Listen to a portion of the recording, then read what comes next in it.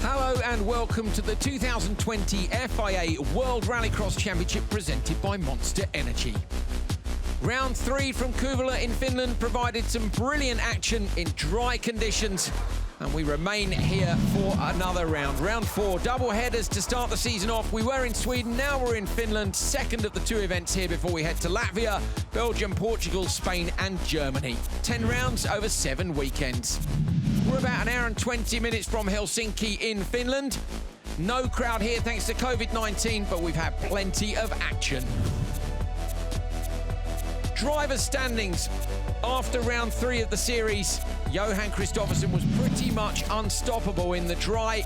86 points. Problems for Ekström in the semi-finals means he's now 16 points back. The Hansen brothers on 50 apiece. They're more than 30 points behind Kristoffersson. They really need him to have a tricky round 4 here. Larsen, Gronholm, Scheider and Markland. And Bakkerud down in P9, Timošjanov in 10th. Rudkinen, look, one event. Amazing performance by him, and he's 11th in the standings. Robin Larsen didn't have an ideal day along with Ekström yesterday, but they still lead the team standings. Team KYB JC at the top there, 19 points clear of Team Hansen. I think that gap would have been a little bit bigger were it not for their issues in yesterday's semi-finals. Electrical fault for Ekström and a puncture for Larsen. GRX Tanako in 3rd. Lovely dry conditions for round 3. Not going to be the same for round 4. These pictures from yesterday when we had sunshine in the trees. It's wet today for round 4. Finland, Kuvula last in the championship yesterday. Prior to that, 2014, 1,100 metres. It's a 55% asphalt, 45% dirt mix with a last corner joker. Great track. It's a real roller coaster.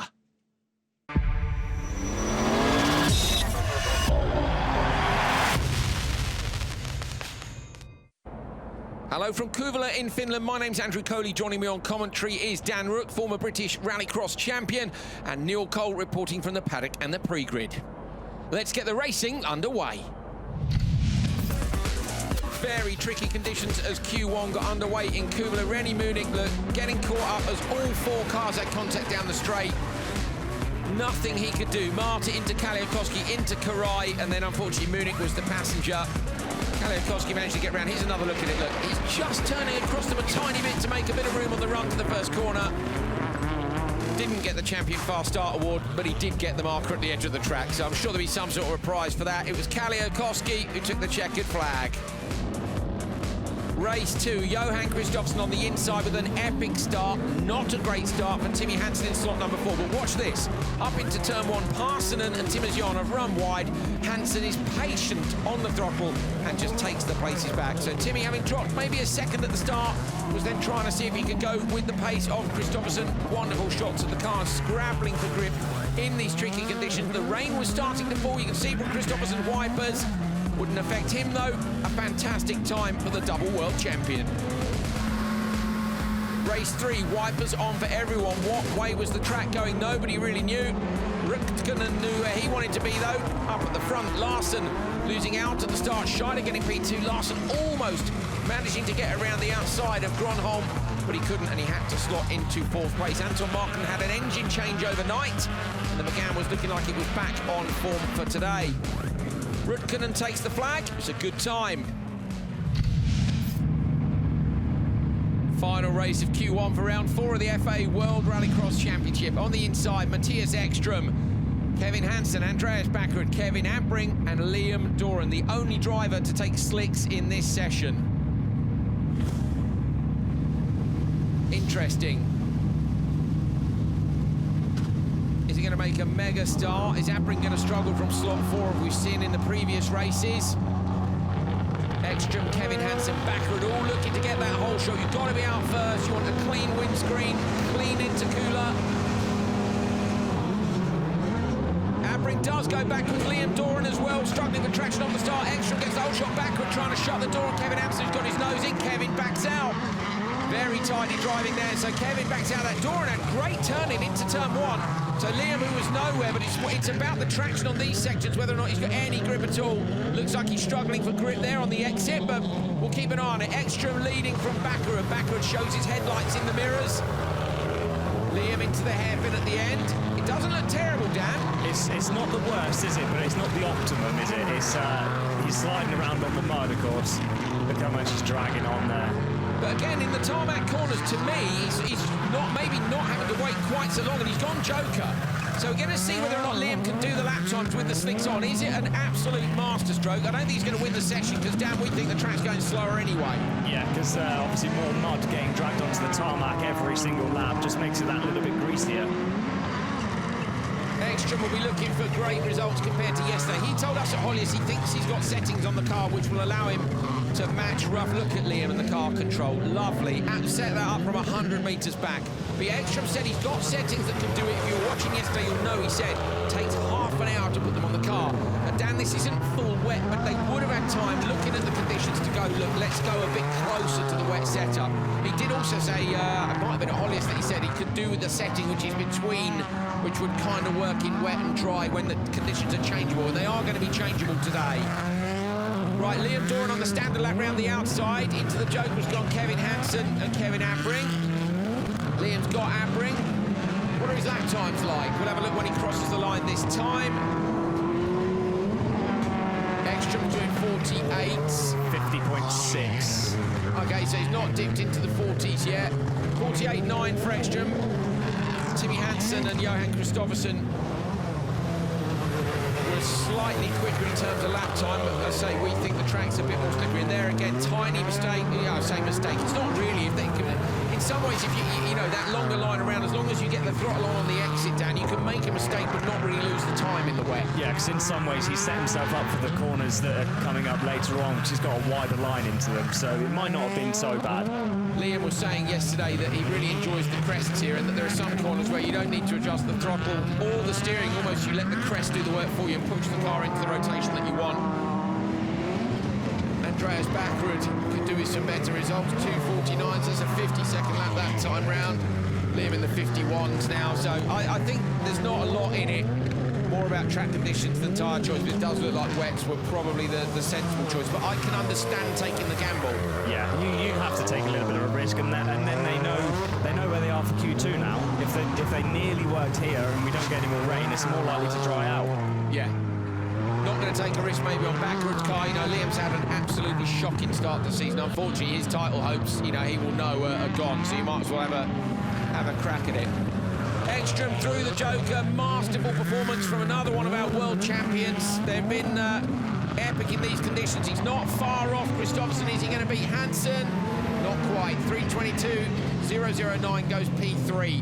Kristoffersson, Hansen, Ekström, the world champions, where we expect them to be.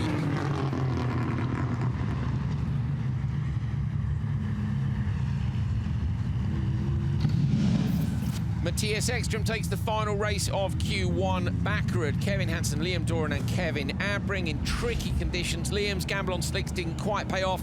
It's three Swedes at the top. They're all world champions. Timmy, the current one, but wonderful performances from them in tricky conditions. And Rutkinen, very impressive indeed again. Doran's initial reaction was great, wasn't it? But then I actually think he had to dip the clutch there, Dan. Yeah, so maybe choosing a lower RPM to try and avoid the wheel spin. You see as well there in turn one, he had really good turning. The car was very positive, but then on the brakes, that's where you're suffering. Yeah, because you don't have the bite on the tyres, do you? The extra tread to cut in, and you can see here again he's running a little bit wide. It's not a lot, so it's probably less than I was expecting for him to be on the slicks. You can sort of see a bit of a drying line there. Yeah, particularly at the end of the straight. Look at that, the car move, the wonderful shot. See those cars coming through, 600 horsepower being laid down all the way, halfway, 3/4 of the way down the straight, and they're still hanging on to them. Ekström not hanging on though. Very clinical performance, sees him go P3 in what I think were trickier track conditions. Mattias, you had a good, clean race. How was it from your perspective? Yeah, I mean, now I had an okay start, but then the track was very greasy, so it was like full mud everywhere. So I was doing a clean run. I had no mistake, but I did not have any more pace in the car than myself, so I'm happy with my run, but I know it were not enough for P1, but we keep fighting. Thank you. Q1 done and dusted for round 4 of the World Rallycross Championship. Here are the standings after the session. Johan Kristoffersson wins again. Is anyone going to beat him this weekend at all? Timmy Hansen was pretty close. Ekström could have been closer, I think, if the conditions had been more favourable for him. Rutkanen, impressive again. Bakkerud, right up there. Scheider, Kevin Hansen, Niklas Gronholm. Looks like the Hyundais have managed to do some work because all 3 of them are inside the top 12. Look, Larsen, Markland, there's Timmer in the 3rd one. Jari Kalliokoski just inside. Liam Doran, the gamble on slicks, he's just outside the semis. Let's hope for a better day for him today.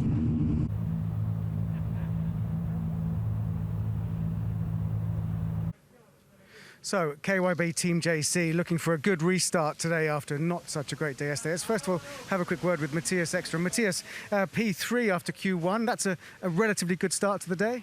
Yeah, I mean, it's always nice to have a good Q1, but I think the track conditions were changing quite a lot from the warm-up to my heat. It became mud on the tarmac, so it was like drift show all over the place. But anyway, we had a good start, a good launch, and then clean laps with no mistakes. I just tried to squeeze my limits as much as I dare, but I could see there was not so much pace in it that I could catch the other guys. So just try and be sensible, but P3 is for sure a decent start. And last night, things sort of ended not great for round 3. Tell us what happened in the semi-final. No, actually we had 2 issues. One was something with the launch on the car, so we had some misfires. And then on track, suddenly the electricity shut down, so it was a problem with the main relay. So there was no power, no electricity, nothing, so it stopped. And then it started once, and then it stopped again. So that was a shame because the way we race here, you need to finish all the time to get the points, and for sure there was a lot of valuable points pouring yesterday and in the drain, and now today we have to try and get back on the right foot again and be positive and just keep fighting. Okay, thanks, Mattias. Thanks. We'll switch straight immediately to your left. We can't really come any further into the garage. We're just right on the apron here. Robin, how difficult is it to get to grips with this track in these difficult conditions today? It was slippery. It's hard to steer around the car in the corners and with all the gravel on the tarmac. The big issue is the start. I mean, I've been on the outside in more or less every heat, so it's when you do average good start like you used to, you can always do something, but now you're punished so hard. You get 1 car in the first corner, then you get 3 on the like a train, so it's more or less impossible to get in and get a clean heat. And we got a good start and clean heat in Q3 yesterday, and then it was a little bit sunshine and happy smiles. But yeah, then everybody know what's happened in the semi-final, and we get taken out there. So it was a tough yesterday, and it's the same today on the outside. Okay, and in one word, tyres for the next qualifying session, slicks or wets? I think it will be wet. Okay, thanks, Robin.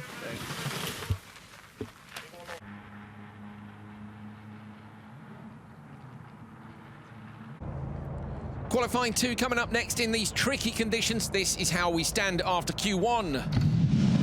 Johan Kristoffersson won that session. Greasy track. Timmy Hansen was a couple of seconds back, and Mattias Ekström also, the 3 world champions, top of the table. What we expect, but were the conditions the same? We're going to see them all in the same race in Q2. Rutkanen, Bakkerud, Scheider, Hansen, Gronholm, your top 8. Just inside the top 12, Larsen, Markland, Timmer, and Kalliokoski.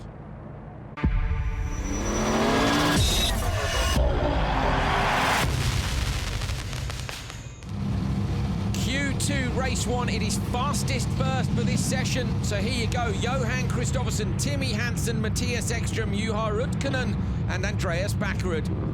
New tyres, and that is of course because everybody used wets in Q1 except for Liam Doran. Timmy may be electing to use an older set, or it might be that the scrutineers just think they're scrubbed from free practice. Either way, they're not going to be old. You can see Andreas is absolutely brand spanking. Revs up, here we go, drying track. Got to get a whole shot if you want to get this done. Good start on the inside, but a better start for Rukkanen on the outside. Kristoffersson gets squeezed big time. Kristoffersson drops into P4. I think he was hoping there that a few people might run wide. Kristoffersson ends up down in 5th place. There you can see where they've dragged the dirt back across the track. Rukkanen with a fantastic start. Kristoffersson down in P5. Yeah, not really too sure what happened to Kristoffersson there. He looked like he got quite a reasonable start. Not the best of starts, but somehow he just then got dropped out the back. He almost looked like he kept the clutch off the line. Reaction time was good initially. I'll say the whole of the inside of the grid looked like it had got a good start, but he's won every single start this weekend, Dan. Not this one, and it's actually Kristoffersson's got a problem. Johan Kristoffersson has a problem in the background, surely. I think there's an issue with that car. So Johan Kristoffersson, the championship leader, has just gone to the Joker on the first lap. Going to come past commentary now. It doesn't look terrible, but it's not quite right. Whatever happens, Rukkanen leading, Ekström hustling him. Ekström just a 1/10 of a second off. There goes Johan. Misfire. Bad misfire for Kristoffersson. If that's the engine, they'll never get that changed down in time for Q3.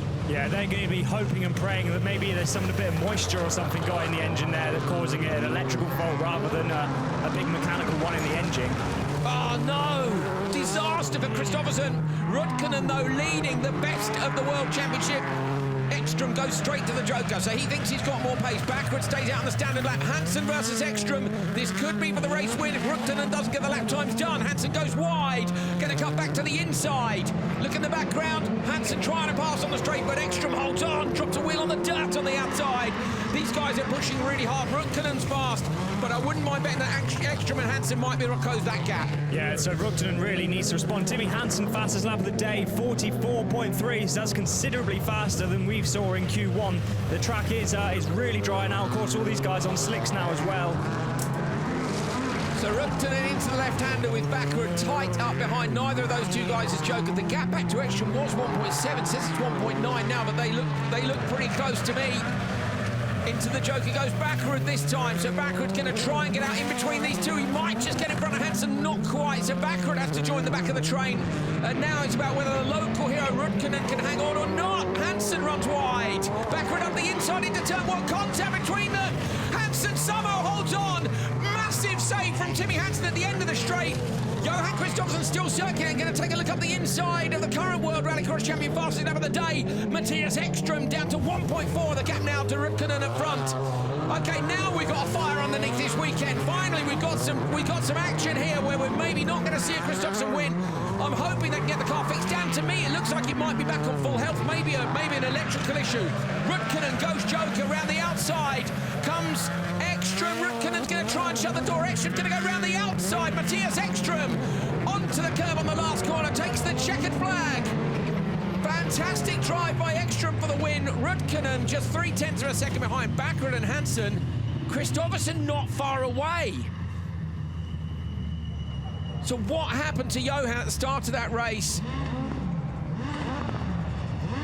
He's revving the car up there. You can hear he's trying to see if he can see a fault. Bakkerud and Hansen not happy with each other there either. That's for the contact up in the first corner. Not of the race, first corner, a later lap. So you could hear Kristoffersson trying to clear the revs there on the engine as well, as Dan said. Definitely a problem there. That's not what he needed.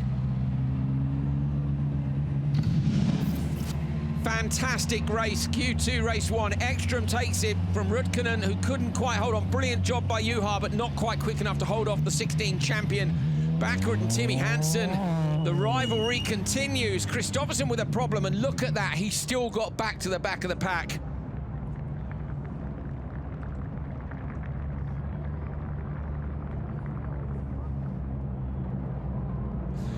Okay, so we're waiting for the cars to get to Neil Cole, and Neil is with Ekström. Mattias, that was a great fight, and the strategy worked well, it looked like.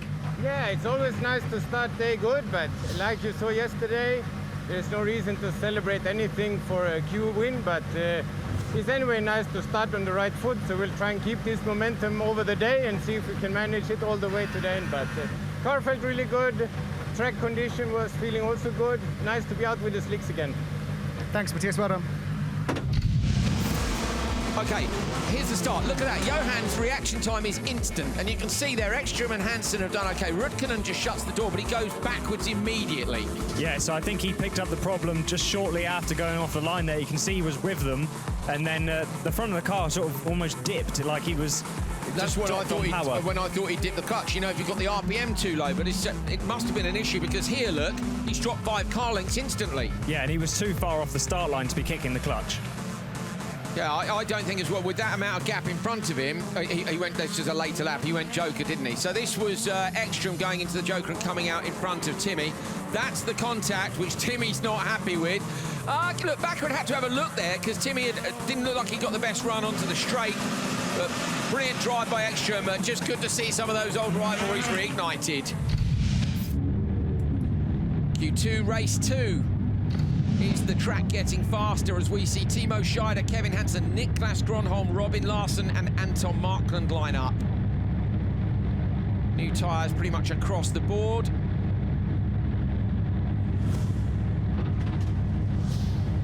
Another mouth-watering lineup for us. Markland with a new engine overnight. Larsson with that puncture knocking him out of the semis. Gronholm, the car's looking better in the mixed conditions as well as the dry. Great start, Gronholm in the middle of the grid, but a fantastic start by Scheider too. Kevin Hansen gets squeezed out. Larsson going to go around the outside. Sideways in, Scheider pops the curb but runs deep. Kevin Hansen gets through. Markland not quite going to make it, dips into that puddle. Larsson gets a little bit sideways. Gronholm is hugging the barrier on the inside. The Hyundai is looking great. So it's Larsson and Gronholm out front. Be interesting to see what the track conditions change through this session, if they can match the time that Mattias Ekström set. And well, obviously Robin Larsson in the same car as Mattias. Niklas Gronholm in behind, working hard with the damper setups on that car through the week. Backing it in there as well and looking up the inside of Larsson. Larsson makes a mistake as they come past. Gronholm's gone on the inside. Gronholm passes between the last 2 corners. Now Larsson's on the inside, racing down the front straight. Has the inside line. Gronholm braves it out. Oh, full gas, trying to pull the car back in a line. Larsson slots into second. Wow, from Gronholm. That was amazing, wasn't it? Full commitment around the outside there. I just hope that if he's running wide there, they don't see that as gaining an advantage. Oh my goodness me, incredible from Gronholm. Larsson was the smallest of mistakes. You saw Gronholm watching through the left-hander. I wonder if Larsson will go Joker. But Gronholm was so committed through this left in. Where does Larsson go? He doesn't here, and he flicked the car back the other way. Larsson was barely half a car wide, and he got alongside him. I've never seen a pass on this little gravel straight to the finish corner. No, it's so short, isn't it? And he was just able to make it work. Scheider on the exit of the Joker lap, able to pit Markland there up the inside. So Markland not having a very good run this time around. No. And Larsson's dropped right off the back of Gronholm now. So either a problem for Larsson or maybe another mistake, but Gronholm is going really well here. Lap times are in the 44s. We did see a 43 from Ekström, but from nobody else. But yeah, Kristoffersson as well. So Kristoffersson's car did come back on full power then. Gronholm, lap 3 or 4 through that long triple apex left-hander. Got to get that right. Both him and Larsson go standard laps, so they're not watching Kevin Hansen too close in. Kevin's only 2.5 back. Larsson's in danger here. Yeah, 100% Larsson is in danger. Kevin Hansen is gaining on him, isn't he? Let's have a look at the lap time. How much did Kevin take out of him as it come across the line? He's gone down again, so Kevin's right in the hunt here. 43.4 for Kevin on the last one. Robin a 43.6. And a 43.3 for Niklas Gronholm, Edon's fastest lap of the day. Gronholm's on an absolute flyer here. We know the track's maybe getting a little bit quicker. Kevin Hansen, you can hear him pop the limiter as he came over one of those little crests. Look at Gronholm moving the car around. Absolutely loving the gravel here at Kugler. Gronholm is back on top of this car. This is the best we've seen him this season, I think. Into the left now. Oh, yes, lift a wheel. Come on, Niklas. Big send. Round the outside comes Kevin, trying to get Larsson. Larsson scrambling for traction. Kevin's got him. Kevin's really close to Niklas, but it is going to go the way of Niklas Gronholm. Over the line in P2, Kevin Hansen. Then it's Larsson, Scheider and Markland. Then it's 1.4 seconds quicker. Niklas Gronholm, top of the session. That's the best form we've seen from the Finn for me all year. Yes, the track's gone his way, but he was on it. Fully lit from Niklas Gronholm. Up the inside pass on that last gravel straight. A brilliant drive for a 3:02.5. Kevin Hansen, Larsson, Scheider and Markland. Niklas and Kevin to the top of the table with Mattias and Johan P3 and P4. Larsson into 5th. Okay, have a look at this. This was fantastic. So away from the line, look, Kevin gets squeezed, knows there's nowhere to go. Larson somehow comes across the front of Niklas here. Both those two having to hold on to the car, but Niklas just looked great. Yeah, he really looked like he had the car under him there, didn't he? And of course, you'd expect the car to be good. It's derived from a rally background, and this is really conditions. Rally territory, isn't it? So watching here, look at this. He's a car wide of the apex. You'd never think there was enough space. He's got him. Larson gets him back again here on the run up the straight, and Gronholm, even though they're literally side by side, Gronholm still turns in. Yeah, and then running through the gravel trap on the outside of the corner. Oh, don't take it away for that. I'll be bored if that happens. I'm not having that. I want to send. And make the track 6 feet wider if you want, but there are no markers there, so I'm not having that. It's a win for Gronholm. Niklas, it was a great overtake. It looks like you really found your form in that race. Yeah, of course I had a good start, and that's the key. And then Larson made a small mistake in the second to last corner, so I could overtake him. And yeah, after that I just took it carefully and my own driving. So okay. Race 3 is on the line. Let's have a look. Now, these are the guys who I think could benefit from track condition, particularly Timozyanov, Kaliakowski and Doran. Shisha and Abring as well can benefit compared to the other drivers in the previous races, but Uncorrupted really needs some good results now.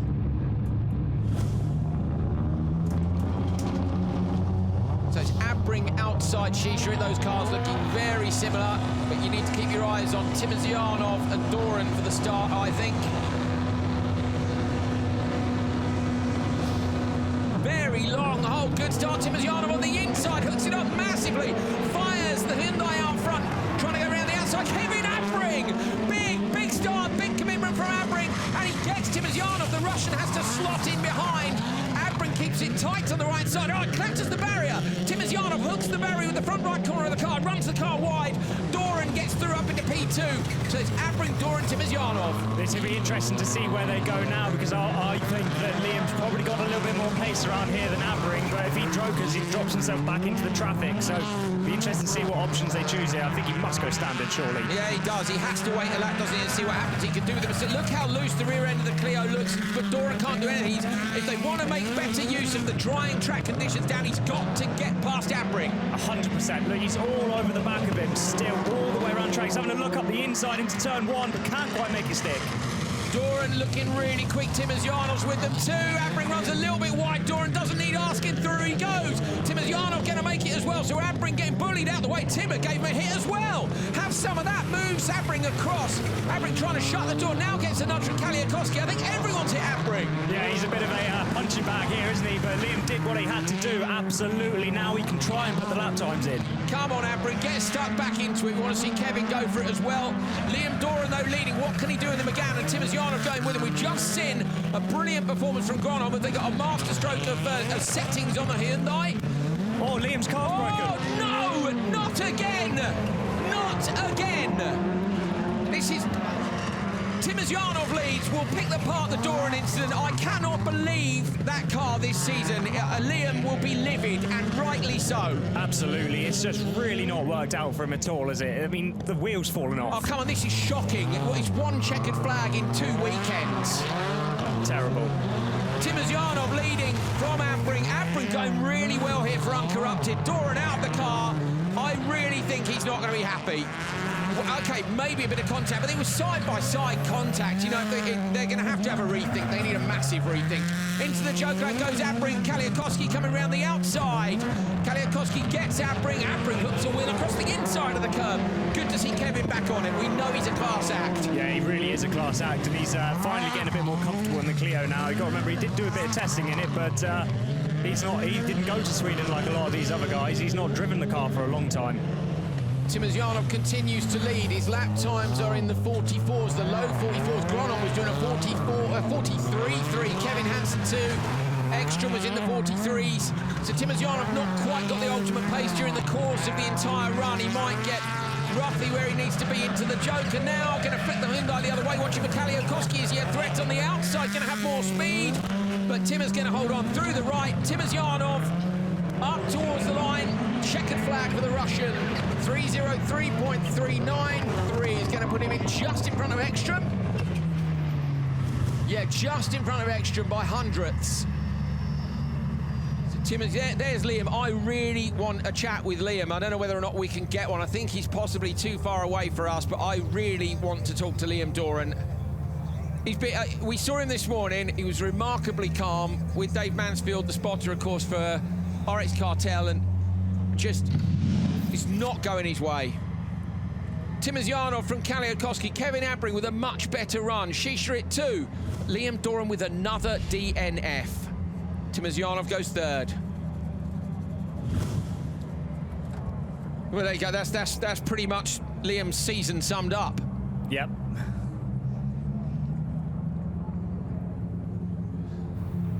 Another terrible result for Liam. So, Timmer, there was a big, deep breath when you pulled up there. Did you enjoy that? Yeah, it was again quite a good start at some corners. Yeah, it's muddy on the second. It was muddy on the second corner, and the guys was. Yeah, it was nice battle. Actually, with Kevin Abring, I give him a little bit back in one place because Liam passed him inside, and I have a room also. Tried to go there. It was some contact, small one, but yeah, the rest was okay. It was the track. I think condition is going better and better every time, and I think that was good. We have that speed. Thank you. Okay, off the line, amazing start by Timozyanov. So watching Liam, Abring going around the outside, brilliant start by Kevin Abring, I have to say. Fantastic, brave as well, fantastic car control, gets a nudge here from Timmer and actually makes the most of it. Liam up the inside of Timozyanov, and then he's in behind Abring. Yeah, so Liam now, he knows he's got to try and get past him for a time, but obviously subsequently it didn't happen. We're looking at the incident now, I think. Is that, yeah. So that's where it's gone, and again you can see massive wheel spin. Is it the front right that's off? Front right, yeah. It's the front right off. Look, you know, even if it's not a prep thing, you're going to have to look at the strength of that car and see where they can fix it. How do you feel about the way your luck is going this season so far? That I should be at home and let somebody else drive, to be honest. What else can you say? Like, it's not for lack of trying, that's for sure. I haven't given up yet, but it's not going to be long. Oh, Liam, sorry to hear that. The last race of Q2 still had some drama in store. At Tromata, moving across at the start to squeeze Tamas Karai, ended up on the lock stops and on the limiter, and in the end, on his roof. Back over onto the wheels, it was a soft roll for him. From the outside, you can see there, no damage to the roll cage, he was okay. Left Tamas Karai out front with a little bit of a battle with Jani Parssinen. Karai went joker on the last lap, Parssinen coming round to take the checkered flag. Unfortunately, he hadn't taken the joker. 30-second penalty, and they wouldn't trouble the top of the timesheets. Well, after a hectic Q2, these are the standings. Niklas Gronholm in the top spot from Kevin Hansen and Mattias Ekström. Johan Kristoffersson drops down the order after a problem with the car. We'll try and find out what that was. Juha Rutkanen is 5th, Timmy Hansen 6th, Timozyanov and Scheider 7th and 8th. Larsen, Bakkerud, Kaliakoski and Anton Markland are your top 12. Kevin Abring, the only man there who I think might be able to scrape a semi-final from Q3, the final session.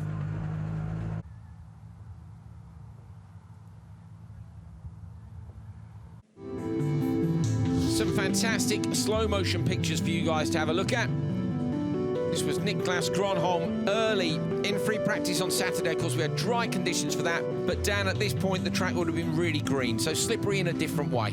Yeah, so where the gravel hasn't necessarily rubbed off of the racing line, you can see that there is no prominent blue groove where all the drivers have been driving. You can see the gravel flying off behind him on his run down to the really tight, steep hairpin. Yeah. Pretty predictable grip levels, but you can also see how steep that hill is from that shot, and sometimes we can't do that justice.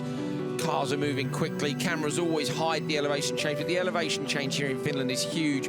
The other thing as well, Dan, is going from sunlight to darkness, which not a problem on Sunday, but Saturday free practice, it was really bright sun, and because the trees in the middle of the track here, Yeah, the light in the car changes. That can be tricky too when you're trying to judge how close you are to a barrier. Yeah, so shadows you got to contend with and your eyesight to adjust. It doesn't take too long to adjust, but it's that split second which is a bit of a delay. Watch coming in here from the light into the dark for Hansen. Absolutely beautiful shots, I have to say.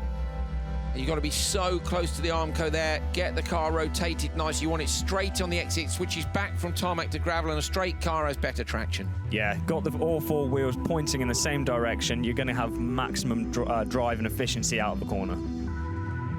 Timmy Hansen and the Hansen squad, of course, having done loads of work. There's Kevin running Sébastien Loeb's old number 9. Kenneth Hansen having a good think on the bus on the way here, and he thought, do you know what, I think I know what the problem is. And looking at their performance during the course of the weekend, I'd say they have found the issues with that car, as have GRX. Marcus Gronholm tested this car during the week. He tested it on Thursday, getting the Marcus into the seat. Yeah, they've really put a little bit of development in the short space of time they've got to bring themselves up to speed, and it's great to see. Pitching the car into the left-hander. Back into that technical section. This might be that long triple apex left. Yes, it is. Kuvula, visit Kuvula in the background. Fantastic host city for us. Shishirik going through the triple apex left.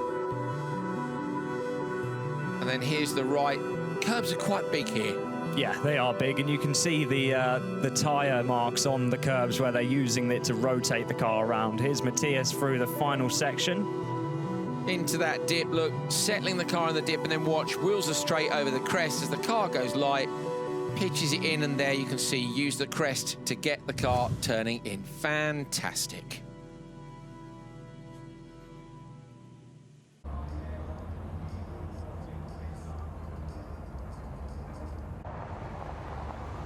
Changeable weather continues here in Finland as we get ready for Q3. This is where we stand. Niklas Gronholm at the top of the table after a brilliant drive in Q2 netted him the session win.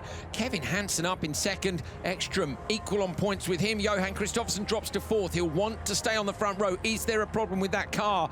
Juha Rutkanen, Timmy Hansen, Timmers Janov, Timo Scheider. Then we've got Larsen, Bakkerud, Kallio Koski and Anton Mark. And Kevin Abring just about within reach.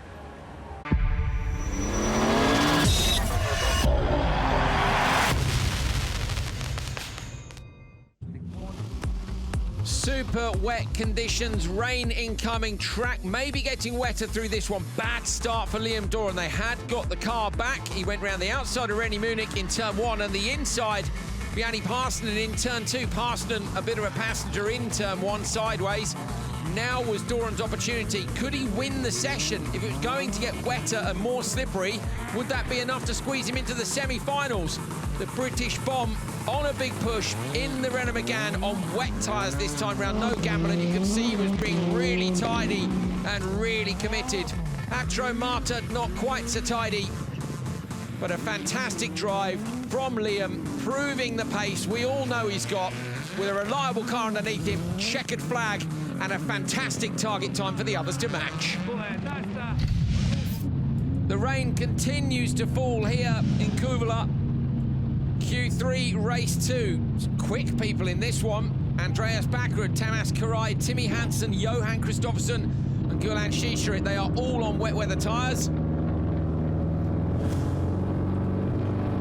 Saw Johan down in the grid just a few moments ago, and he was saying that if he wins the session and Niklas doesn't, he thinks it'll be enough, that he might be able to take the TQ back to you. I think you need to settle for a front row start. But there's no settling for Johan. Oh, an amazing reaction time from him. Thought he'd have to dig the clutch again, but he gets away this time. Kristoffersson shuts the door on Bakkerud. Timmy Hansen going to slide into P3. Trying to go around the outside is Shishirik on Karai, but it's Kristoffersson, Bakkerud and Timmy Hansen now who have to feel their way into these treacherous grip levels. It's really wet out there compared to just a few moments ago. I think Liam almost bought himself a bit of a breather for himself out front with the delayed interview, because look how wet the track is now.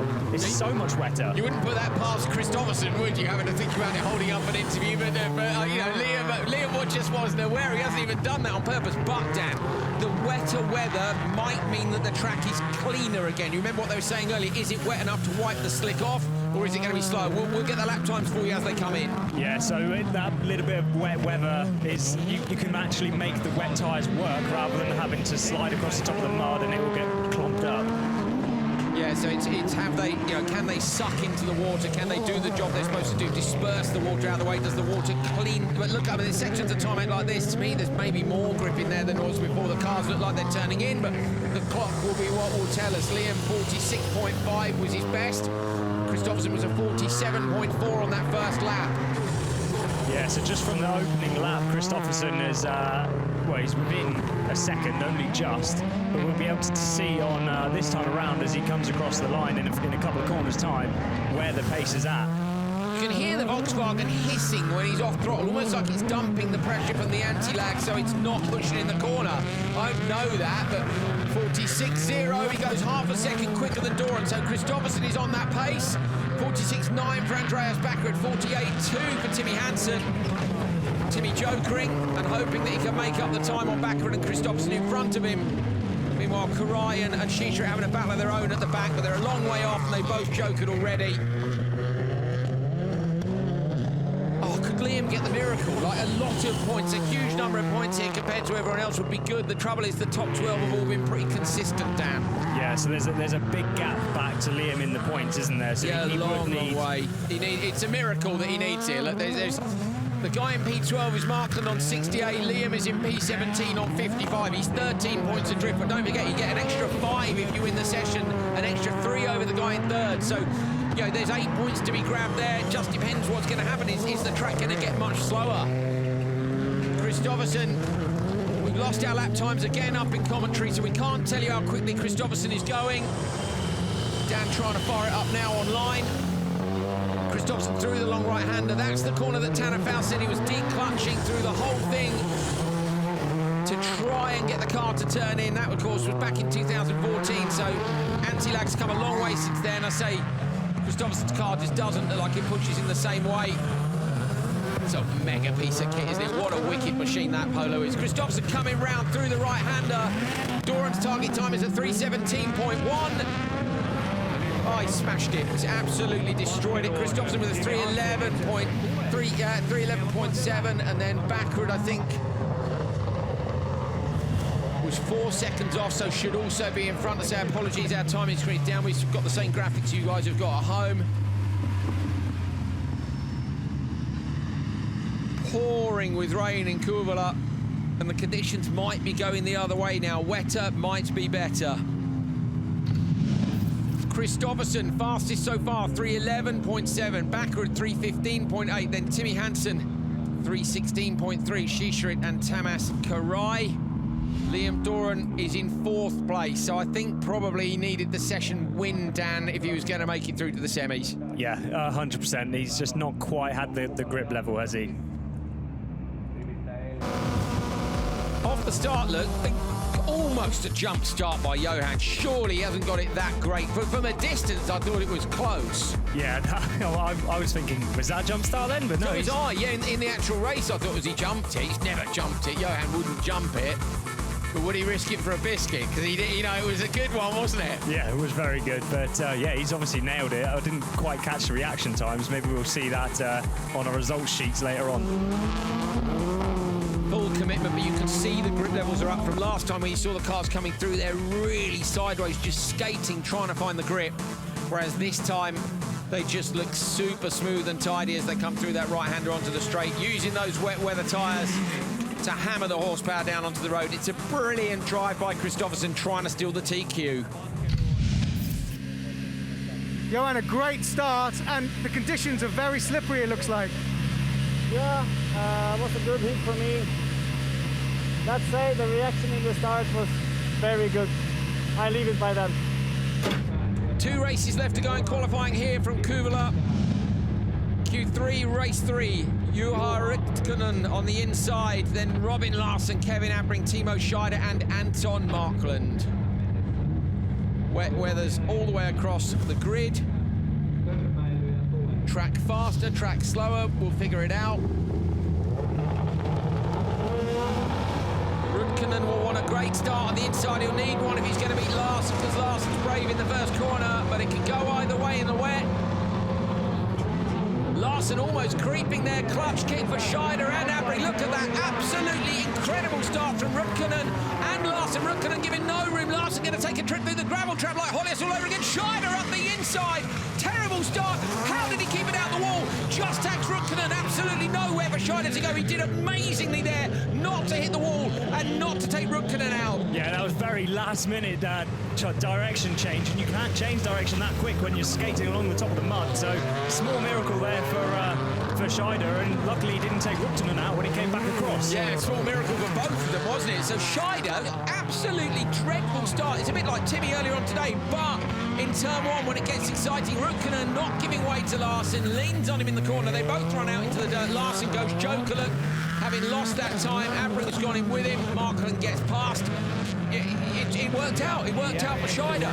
Yeah, and I think for Rutkanen as well, given that he's the new kid on the block, he has to show his elbows, doesn't he? Otherwise, he'll get a bit bullied later on in the weekend. So. Or if he comes back later on in life, if he comes back to the championship, you've got to be one of those guys, haven't you, that when you look in the mirror, you go, oh no, he'll have a go. We've said it before, it's important, and he really has got stuck in a very fair way. I have seen so few mistakes from Rutkanen. I'm really impressed. Yeah, he is a very, very consistent driver, isn't he? He sort of ran under the radar a little bit through the day yesterday until the semi-finals, when we realised he was starting on the front row. And since then, he's been out front, hasn't he? Look, clean car. Yeah, absolutely outstanding. 49.0 his last lap. Kristoffersson's best was a 45, but that was a bit of an untidy one. This time it's a 47.7. They're nowhere near the times of the quick guys.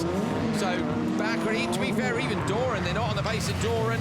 So Doran in that first race, Dan, maybe the conditions going back the other way. Unless you're out there doing laps, we can't really tell. You know, the first race was kind of clean, then it got a bit wetter, and maybe that was, but now we're getting dirt dragged on. We can't tell from here, can we? No, not at all. I mean, we're only seeing the same images as you, and we can see the colour of the spray that comes off the cars, but yeah, you can tell that there's a lot of mud now been dragged on. I think it's probably a little bit wetter as well in the circuit. You can see, look, mud flying off the back, even there the majority of the way around that tarmac section, and you can see there's a brown line. That's the longest, this point here is the furthest you could be from a previous section of gravel, and the whole thing is covered in dirt. 48.0, they're going to get it nowhere near Kristoffersson, and that's going to mean that Gronholm's not going to be able to either in the last race, I think, anyway. Maybe they'll prove us wrong. You've got Gronholm, Kevin Hansen, Ekström in the last race as well. How does Kristoffersson do it? I don't know. He's just somehow again managed to get the peak track condition, and he was 14th in the session before. Yeah, and an amazing start. But, you know, you just got to keep operating at that level, haven't you? Then when you have the little problems, the little mistakes, it doesn't matter quite so much. Rutkanen into the joker with Scheider. 3:11.7 is Kristoffersson's time, and he's gone already. They're going to be seconds away from that. Doran is on a 3:17.1. That's more like what these guys are looking at. They're not going to get that either. Rutkanen goes P5, so he's behind Kristoffersson, Bakkerud, Hansen and Doran.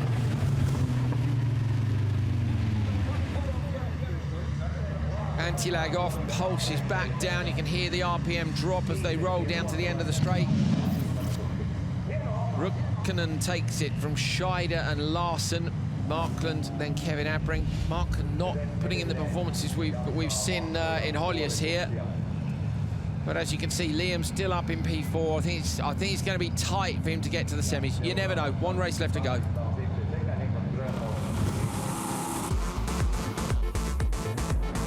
Look how terrible that start was for the three on the outside. But watch Scheider now as these two get into each other. Yeah, he even struggled to get it turned in, didn't he, from the outside, and then now skating on the brakes. I don't know if he touched the barrier or not. I know he touched Rutkanen, but not the barrier for me. But holding out the barrier was impressive enough. There was nothing he could do about Rutkanen. Okay, it didn't affect either of them, but it was cool, wasn't it? Threading the needle to its best. Not quite as well as Kevin Hansen threaded it yesterday. That was properly threading it, wasn't it? But it was definitely a bit of wall riding going on. Would have been a nose grind through there. Completely different attitude from the cars in these full wet conditions than it is in the greasy, slippery conditions we saw earlier on today in Q1. Rutkanen takes it.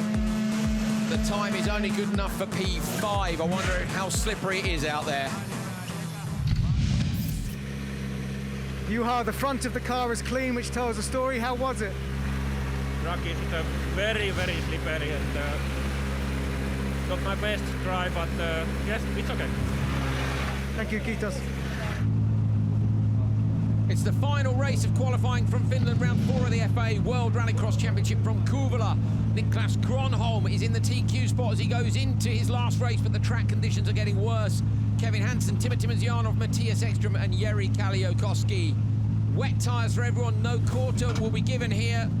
This race will decide who gets the TQ. And if it's not one of these guys, it's going to be Kristoffersson, who at the moment is at the top of the timesheets. Got to get that RPM right. You can't be left standing on the grid. Oh, wheel spin for everyone. Kevin Hansen, I thought, got a good start, but didn't. Gronholm's away. Ekström maybe having to give up a place. Going to try and go around the outside of Timosjanov, but he could get hung out here by the train.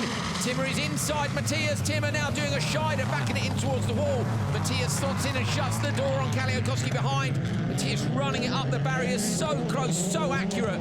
Gronholm's out front. If he can do it, he's got the perfect conditions to do it in terms of track position, Dan, but in terms of the conditions on the surface, I think it's going to be a nightmare. Yeah, I think it's probably going to be game over for him, isn't it? Now it's just a case of damage limitations to try and make the best of the bad situation, try and beat the guys that were in the session before him. I'd imagine the conditions are probably going to be similar to him, to those guys in this case. Joker lap for Ekström and Kalliokoski. They've gone early in the hopes they can come back up to them. So Gronholm's first lap of 47.3, not going to be enough, Dan, is he? Might get Ruktanen from the looks of things just based on that first lap, but you know, they've got a tiptoe round for 4 laps. Gronholm will be gutted, won't he? This could have been a TQ, but Kristoffersson's fought back. Yeah, well, such a gamble with the weather as well, isn't it? You can't predict what's going to happen, and of course the fastest guys have ended up being the biggest losers. Ekström sliding the Audi around. He is the leader of those who've joked, and he's only 2.1 from Timosjanov. You can see his visual. Timosjanov goes now, and it was down to 1.3. Look, 1.3 was the gap as Ekström comes around the outside, and he's going to have more speed on the exit. He's easily got him. So 1.3, I reckon 1.2 even might be. What do you think? Yeah, because you're going to have the inside line then, aren't you, for the next corner, so you can shut the door on anyone on standard. Look at Ekström feathering the brake on the way in. Lovely rear shot there of the run into the second corner. You could just see him balancing the car with his left foot on the brake, desperately trying to get it to rotate. Gronholm perfectly round that barrier. I'm really impressed with Gronholm's driving again today. This is the Gronholm from last year. This is him with the car under him. Wet or dry, yes, he's not going to be able to set the lap times that we saw from Kristoffersson in the earlier race, but Gronholm's back on it, Dan. Yeah, he looks very, very comfortable in the car, doesn't he? He's at one with it. It's just such a shame about the weather. Ekström trying to get Kevin Hansen. Kevin might get some understeer on the exit here, and Ekström's going to try and carry the speed on to the straight. Lovely move by Mattias Ekström. Kevin can't do anything about that. Any other time today, you'd have been able to shut the door, but Kevin wasn't able to because of the conditions. No, he just couldn't light the throttle up out of the corner or stop the car on the apex there. It just shows the fine line that everybody's driving on out there at the moment. Mattias Ekström, 4.6 off the back of Niklas Gronholm. They're on the last lap. Gronholm's going to joker now. This has been a brilliant drive by Niklas. So patient on the throttle. The time was already gone in the previous race for this, so I think this is a brilliant drive. Look at Gronholm in front of Ekström by some margin. Not going to be enough to take the session, but a fantastic performance by Niklas Gronholm in such wet weather. 3:16.5 goes fourth, so he is ahead of Doran. Drops Liam down into 5th place. Ekström will drop him behind those, so 5th place for Liam in this one. Probably not going to be enough to stick him in the semis, but a sign of what a good drive it was by him, but an excellent drive by Gronholm and by Ekström too, fighting his way through from a not great start. Kevin Hansen, Timosjanov and Jiri Kalliokoski. That's where they go in the session. So it's Kristoffersson, Bakkerud and Timmy Hansen ahead of Niklas Gronholm. Ekström into 6th.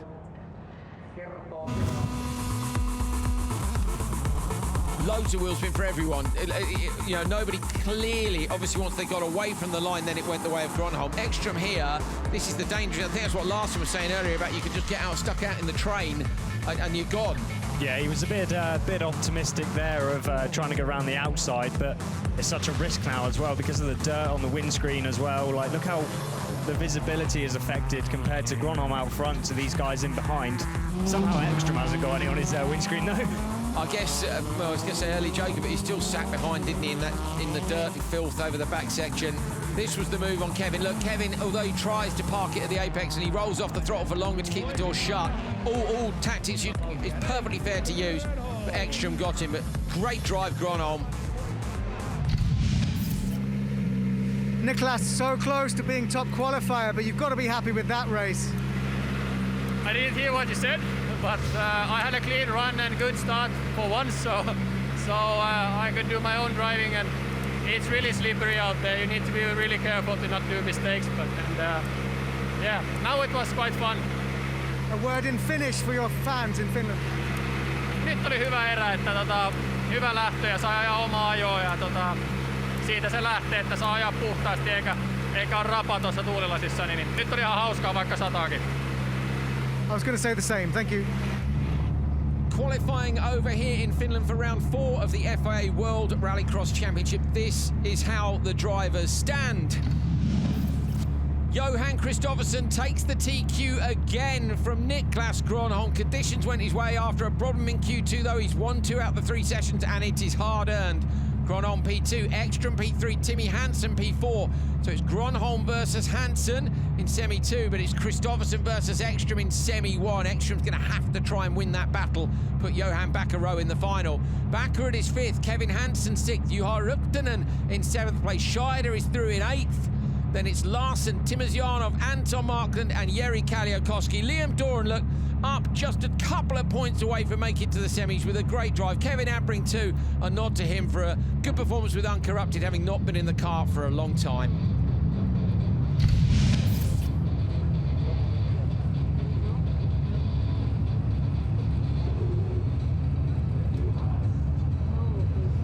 Pre-grid is packed. Wet conditions. Spoken to a couple of the drivers just now. Mattias Ekström was saying he was pretty sure it was going to be wet tyres, but it is getting borderline, but it's raining again, so I think heading back to wets. Niels with Timmer. So Timmer, on the new revised calendar, this is like the closest round to home for you. You got through to the semi-final. What's the plan? The plan is to drive fast as possible, but you can see that conditions are so tricky that after the first corner, it's, you jump into the gravel section. I would say it's like a mud, and the wipers need to clean your window before you enter to the second one. It's really tricky. You are losing so much on the first meters from the track, and after that it's 6 laps. You need to struggle there. Q3, I lost on the stones. I lost my left wiper. And that was really difficult to end it. It's better to stop in the situation when you don't catch anything. But yeah, that was qualifying. Now it's semi-finals, everything can happen, and I expect that it will be some fights after the first corner because it's really difficult to stay there. But the Hyundai seems to be going extremely well here. All 3 are in the semis.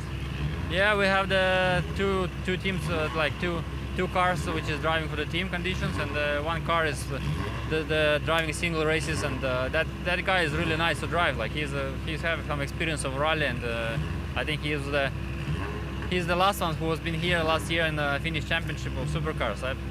We learned something from this guy how to drive, but you still need to find the final setups to be improving, that the guys need to catch us and not we need to catch them.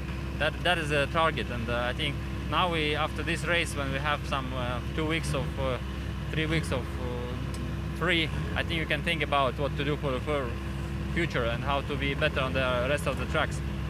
Okay, thank you. Good luck, Timmer. Interesting that Tim has said they've learned stuff from Rutkanen. It's definitely, you can see the way he's driving the car, no mistakes, very Kristoffersson-like in the way he's executed it, but also what Timmer says there, Dan, finally some downtime. This is our 4th round in 9 days. Yeah, it's been intense back-to-back racing for everybody, hasn't it? Teams, mechanics, us up here as well, TV team. But everybody's done a brilliant job. Yeah, everybody's getting this championship underway. Big thank you to the whole team. I know some people have been out here the entire time, pre-Sweden, right the way through, finally getting to go home, see their families tonight. So send them a thanks on social media, people. I know you guys are enjoying it at home. We're enjoying it here. Semi-finals and the final to go here in Finland.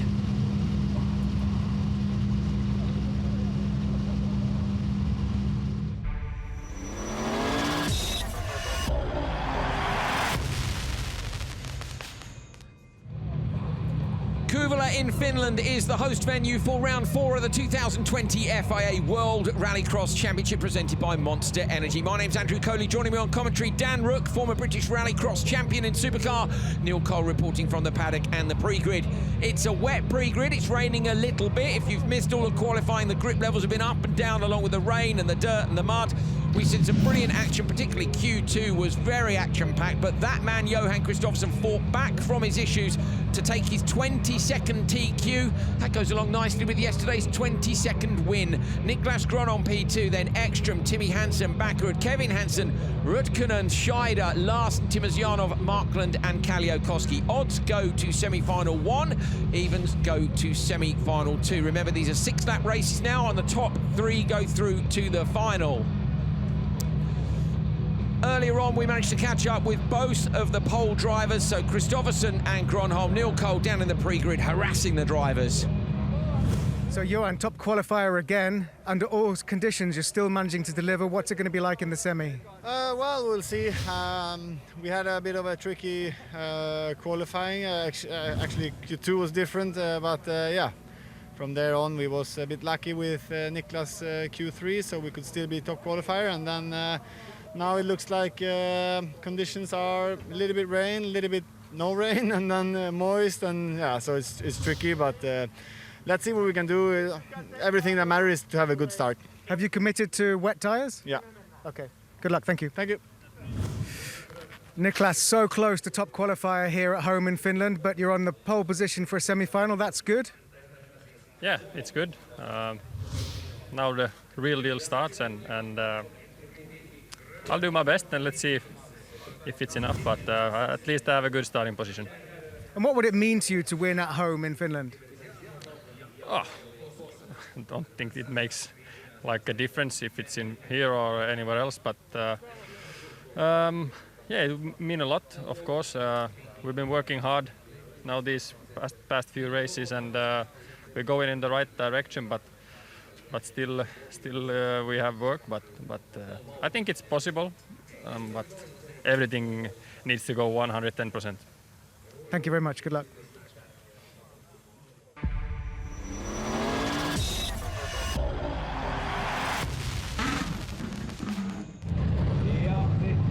I'm now getting quite excited, I have to say. Getting the chills, looking forward to some semi-finals.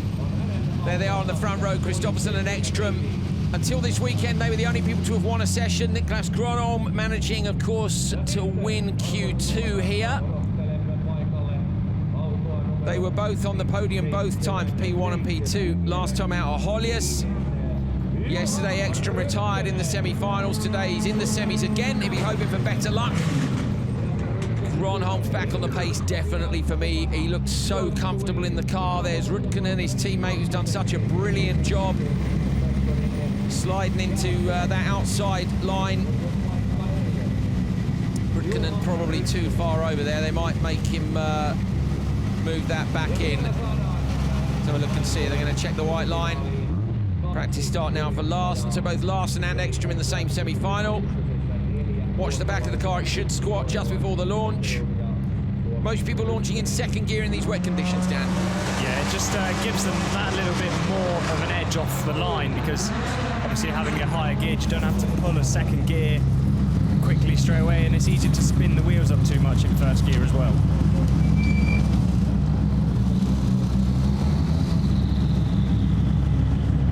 Larsen reverses his way into the grid position. Then he'll pull up to the jump start sensor. Watch the LEDs at the top of your screen there. Sensor on the floor will make those go green across. They've gone green just on the left-hand side. Bit of water ingress, I'd suggest there. Markland pulling up to the outside.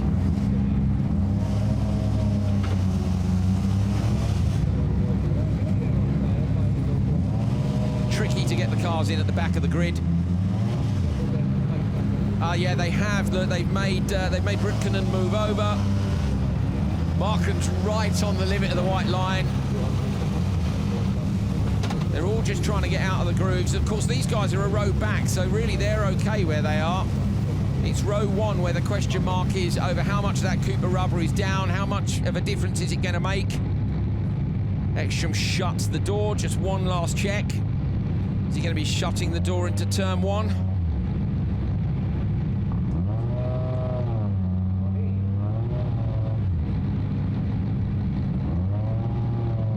Markland taking his time at the back of the grid. Quite a nice place to be, I think, out wide there. Can they make something of the guys who are on the inside? Semi-final number one here from Finland. Here is your grid. Ekström and Kristoffersson. Kristoffersson on the pole, the top qualifier. They had that epic fight in Höljes. Yesterday we were robbed of it by a technical for Ekström. Can Ekström do something on the run to the first corner? Räikkönen was incredible yesterday. Bakkerud is on inside him, bringing up the rear, but by no means in terms of pace. Larsen and Markland. Can anyone pull off an outside move on the grid if the front two go backwards? If they get too much wheel spin, we're going to find out what the grid levels are like. Here we go. Great start, row two for Bakkerud, but Kristoffersson's absolutely nailed it. Ekström shuts the door on Bakkerud. Kristoffersson goes out wide. Räikkönen trying to come in and close the door, but Markland off in the gravel trap. Räikkönen didn't know he was there. Contact between them. Oh, just misses the end of the barrier. Johan Räikkönen sideways into P3. Larsen in fourth place. Räikkönen now, he's just lost traction. He's got an issue. Räikkönen's definitely got a problem, I think. He's out wide. Last time, having a look at the inside line and can't. Bakkerud's out in the dirt as well. Bakkerud's lost out big time. So one of those guys is going to have to go joker immediately. Räikkönen really struggled after that big slide down in turn two.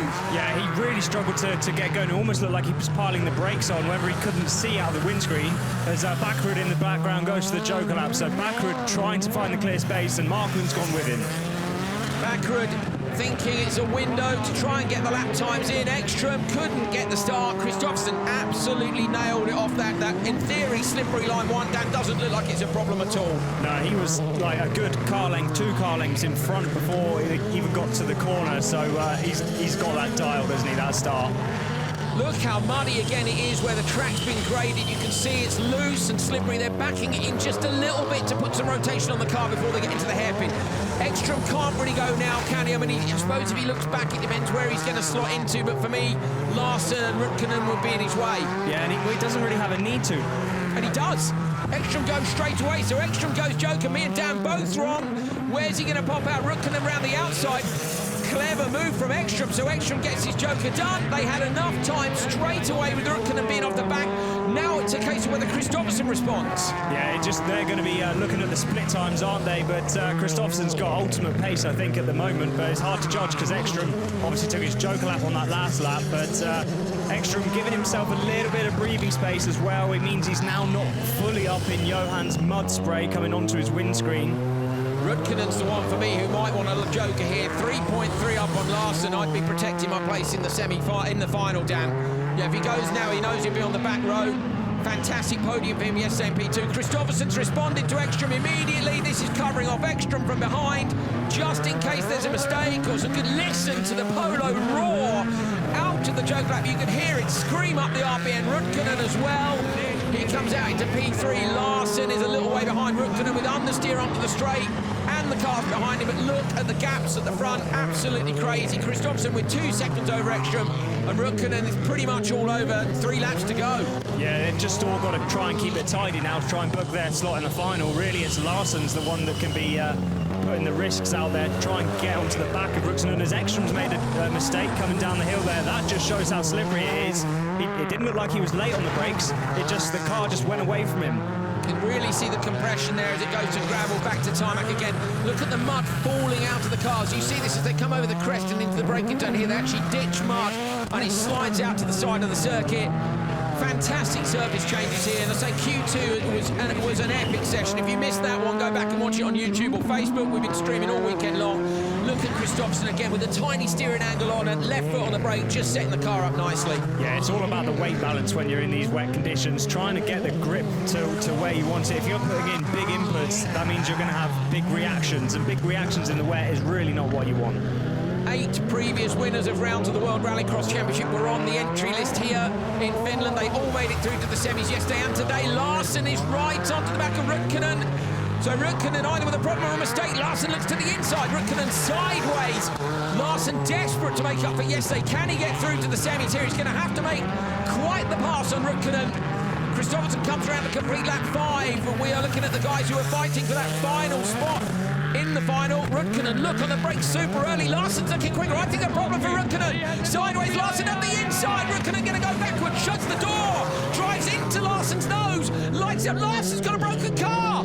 Bakkerud has to avoid him, or did he miss a gear? Larsen's going backwards now. Martin going to try and get around him as well. Rutkanen literally drove across the nose at the end. Larsen's gone wide. What's happened to Larsen's car? And it's back on again. There's an issue there for sure, but it doesn't matter. Johan Kristoffersson is on the tarmac section already towards the end of the lap with Ekström with him. They're 2 seconds apart, so the gap has been pretty consistent. They're both in the mid-46s, but I felt Ekström needed to get Kristoffersson back a row if he was going to have a chance in the final. Kristoffersson takes semi-1. Ekström will be there in the final, and he will make it hard for him. Rutkanen responded to the pressure from Larsen and slammed the door in his face at the end of the straight, and he will go through for his second final here in Finland. Bakkerud gets fourth, Larsen holds on for 5th. Was there damage from the contact at the end of the straight? And where's Anton Markland? Anton is crawling back, he's in the tarmac section. Another problem. Wasn't going to make it anyway, but it's Kristoffersson, Ekström and Rutkanen who are through. What do you think about Juha's move at the end of the straight? He really shut the... Here comes Mark. Look at the dirt on the front of that car. Intercooler's full. Terrible view. In fact, the wipers don't look great on Markland's car. It could just have been a complete lack of vision at the end of the race. Here he is. Look at the clean front end on the car. Johan Kristoffersson wins semi-final 1, 6 crucial championship points, but this time Ekström's there with him.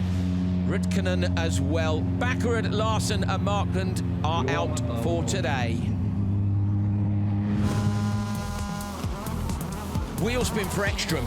Yeah, so that was it then. The position was decided instantly, wasn't it? Kristoffersson, minimum wheel spin and just got clean away. I wonder if Rutkanen got a tap from Bakkerud on the inside there. Markland was outside him. It was all sort of sideways and scrabbling. Do you see here, though? Loses time. I wonder if he's, has he got wheel spin, then he's too high gear. Look, he's stamping on the brake on the exit. I think if you look at his windscreen, he probably couldn't see. Great shout. Great shout. Neil Cole is with Johan Kristoffersson. Let's catch up with the winner of semi-final 1. Johan, that looked really easy. How was it? Yeah, it was good.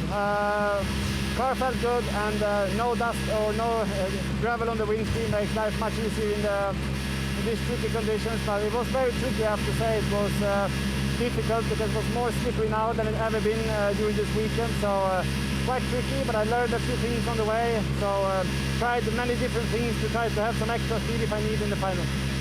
Thank you. Good luck.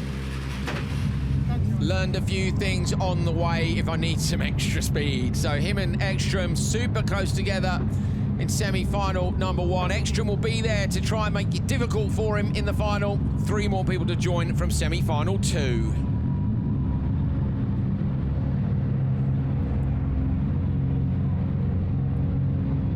Well, Johan said, didn't he, about there was no dust, then smiled and said mud or whatever it was he said. But, the dust is there. Dan is just in a different form, isn't it? Yeah, I mean, I think we're going to have to dig quite deep if we want to find some dust here in this situation. Yeah. Okay, semi-final 1 at the start again. Ekström definitely with wheel spin for me, and that, the reaction time looked good. You saw the cars move together, but too much and went backwards. Rutkanen here, look, is into the rear of Bakkerud. Yeah, do you see? It's like a concertina across. Larsen, Bakkerud, Rutkanen, Markland. Poor old Markland there just got sent out wide. Here he is, look. See what I mean about the braking there? Yeah, I don't know. It just seems a bit odd. I think through the whole race he was braking before the crest so that he didn't overshoot. Yeah. But I think maybe when you can't see like that, it's a it's just a bit of a reassurance thing getting on the brake pedal. It's obviously not something you ideally want to be doing. And Bakkerud with bad vision there as well. Maybe it's a bit of an experience thing. Some of these other guys have driven with a lot more mud on the screen before. This was Ekström's Joker, which just as we were saying, we weren't sure he'd bother to take it early. He decided to, and actually it was a bit of a masterstroke. You know, Dan, you've just been saying about vision. You absolutely do not want to come out behind someone in these conditions, so you're not going to do it unless you know the road's clear in front. It's not even about losing time. Even if you're as quick as the guy in front, if you're right on their bumper, you're going to be losing time from all the mud anyway. Yeah, and these guys don't carry huge water bottles that they can keep running the whole race. You tend to have a squirt button so you can just put a bit of water on when you need it, and you keep the wipers going as much as you can, but yeah, you don't have enough water screen wash in the tank to keep it clean. This was the fantastic fight between Larsen and Rudkinen. Turned in across him, did well to hold on to that, but then it looked to me like Larsen's car had an instant issue. I think Larsen had a loss of power. You see the wipers stopped working on the way down the straight, and then he couldn't see going into turn one, and as the wipers weren't working again there, and then it's got going again. I think it could be something with the ignition cutting out. And Anton, seemingly with a problem of his own on the last lap. No problems at all for Kristoffersson, other than Q2 today. He did have to fight for that top qualifier spot. Ekström went with him, not much of a gap between them, but he will be starting on the second row, and then Rudkinen backing it in to the last corner. Bakkerud picking up a P4. What he wanted was a P3. He wanted to be in the final. I think we might be done with the rain, so the track's gonna develop. Remember, there's no support categories here, so we've got this semi-final, and then a bit of a gap where we're gonna have a chat with some of the drivers, look back at some action from here before, and then of course the final.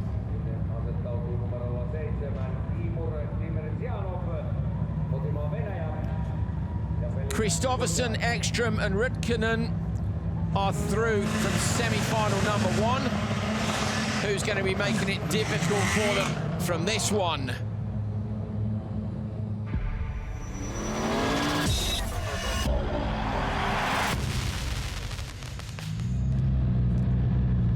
Little reverse for Timmer at the back of the grid. Underneath us in commentary is Kaliokowski, the last person to do his practice launch.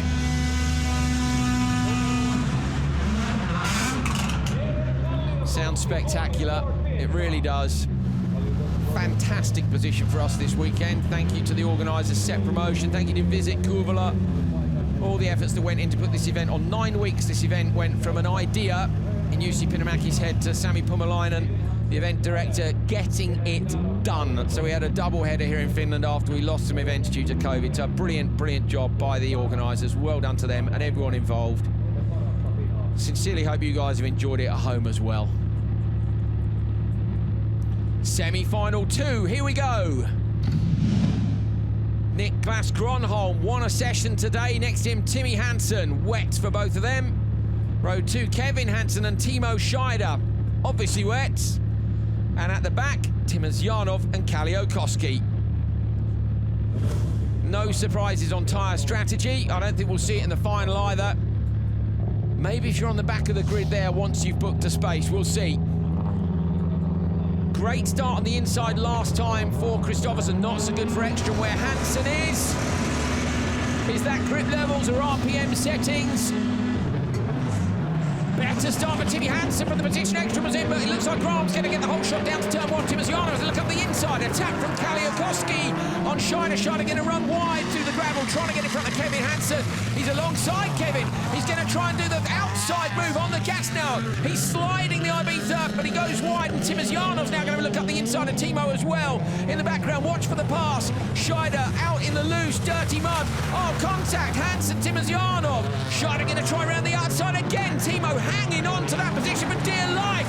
Kevin Hansen runs wide, Timo's up the inside again. This time, finally, he has to slot into P5, but out front, it's Gronholm in the clear from Timmy Hansen. Gronholm with a big cut.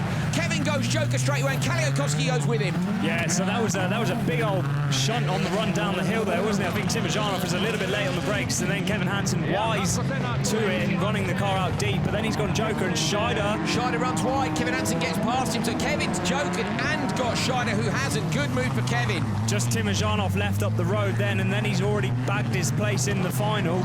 But it's whether he can see properly for one, and whether he can catch him up enough. Interesting Joker strategy there. You think they've done it to get him out of that bun fight, basically, that was going on for their position?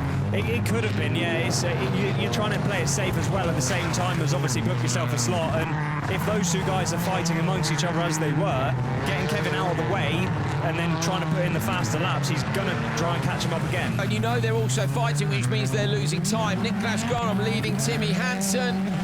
Last time round, Gronholm took a bit of time out of Timmy. This time, what are the lap times? 48.1 for Gronholm, 48.5. So Gronholm is gapping Timmy Hansen. We're getting a warning for track limits from semi-final 1. That was for Riptonen. Timosyanov close to the back of Timmy, so I suppose it's now gaps, isn't it? Kevin Hansen is close enough to Timosyanov. You've got to leave Timmer out and see if he can gap Kevin and wait for a mistake. Maybe down one mistake can give you a second instantly, and you can do the Joker. Yeah, that's when the spotters really need to be on it as well, to watch all the other cars, see if they do make a mistake, and then you know if you've got enough of a gap to send them in. But look how careful they're having to be. I think there must be people cutting a lot in that corner. They're dragging the gravel out from the inside of the curb there onto the circuit. That's just adding an extra element of slipperiness. 1.7 seconds the gap between Timmy Hansen and Niklas Gronholm. Timosyanov is 1.1 back from that. Kevin Hansen is has just gone up one ace. Yeah, only 1.1 back again. So the gaps between Timosyanov and Kevin are pretty similar. Or Timmer runs a little bit deep. That might give Kevin the advantage. Straightens the car up on the exit. So hard to know. You see a mistake and then they get all four wheels straight and get away with it. Yeah, it gives them a straight line out of the corner, isn't it? I think Timmy might have just run a little bit wide there. Yes, it does. Somehow, didn't it? I thought the same. It looked really late on the brakes. All these guys desperately holding on. That's that bump I was talking about, from the gravel to the tar. Yeah, it's getting really big there, isn't it? Really making the car unsettled, which is just adding an extra element in these already tricky conditions. So that problem, Timosyanov may be over that bump, losing a little bit of ground to Kevin Hansen. Kevin now is right on the back. He was 7/10 off him previously. They come over the start-finish line now. And it's 8/10 now, so it's visual. You can see it. You can see the gap between them. Gronholm trying to hold on and wondering what Gronholm's lap times are like. 46.4 for Kristoffersson. Gronholm's not in the 46, he's 47.8. So Kristoffersson looking like he's got the pace here. The track conditions may have changed a little bit, Dan, because it was completely swept clean prior to the semi-finals. Yeah, and look at it now. There's mud everywhere. It's not. I wouldn't say it's 50-50 for tarmac and gravel now. The whole place is wet. I don't think you could do the lap times in semi-final 1, so it's going to come down to the starts. Timmy goes Joker. This may be to cover off his own brother. Round the outside, here comes Timosyanov and Kevin. Timmy's going to slot out inside Timmer, is he? Not quite. The Peugeot twitching as he gets it turned into the start-finish straight. Timosyanov's going to lose out here now, but got to be careful, haven't they? They don't drop Timmer in between the two Peugeots by having Timmy Joker there. That was a bit of a risky move, actually, because they didn't guarantee that he could come out in front of Timosyanov, and now that could have cost Kevin a place in the final.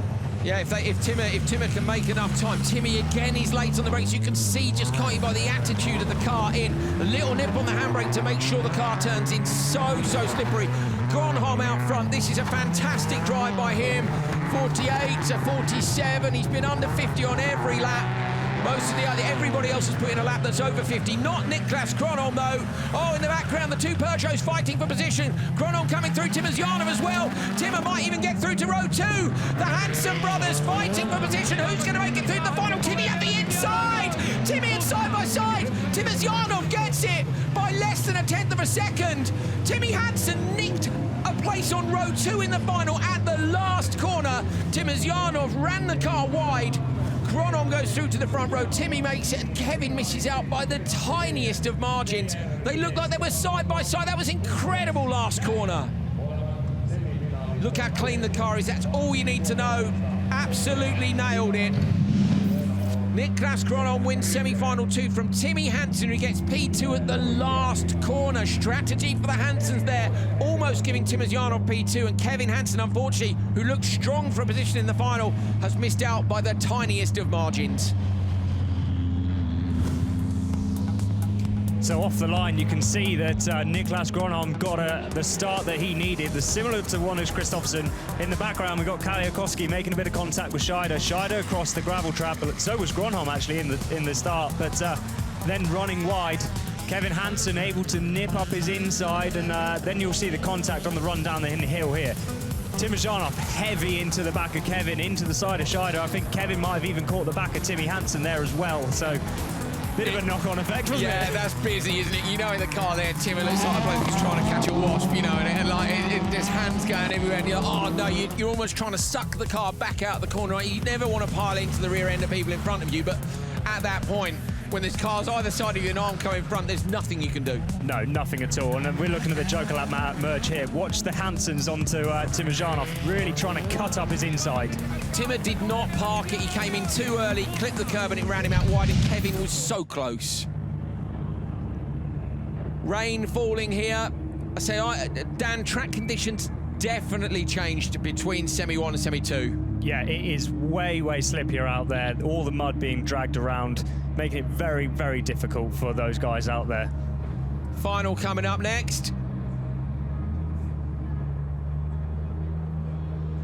But first, I think we need to another little chat. That last corner, Timožánov, say he just for me turned it in a tiny bit too early and couldn't keep the door shut. Yeah. That would have been a road 2 for him.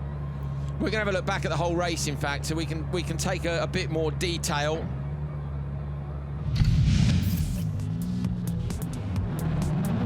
Good start for both the Hansens, wasn't it? Actually, to be fair, there wasn't a bad start there.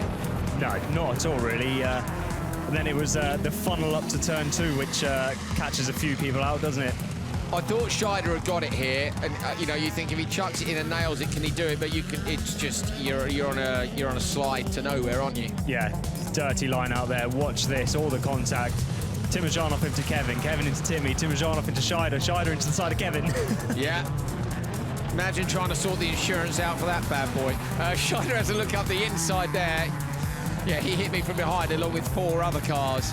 Kaliakowski didn't get a look in, did he? Because I think by the point you've been dumped down to there goes Joe Corelli, which was the right thing. And do you know what? I thought it was the right thing for Kevin. I was absolutely convinced that the early joker for Kevin had given him a spot in the final. Do you know what ruined it for him was sending Timmy when they did. They put Timmy between Kevin and Timožánov, and that ruined Kevin's chances. Do you think they thought that Timmy was going to get out in front of Timmer? Because I think that's what they thought. Yeah, they probably thought he would, and then Timmy would have secured his place, could have potentially backed up Timožánov. Yeah, exactly, and into Kevin. So it could have been a masterstroke. Here's Timmy on the inside look, and Timožánov gets out in front.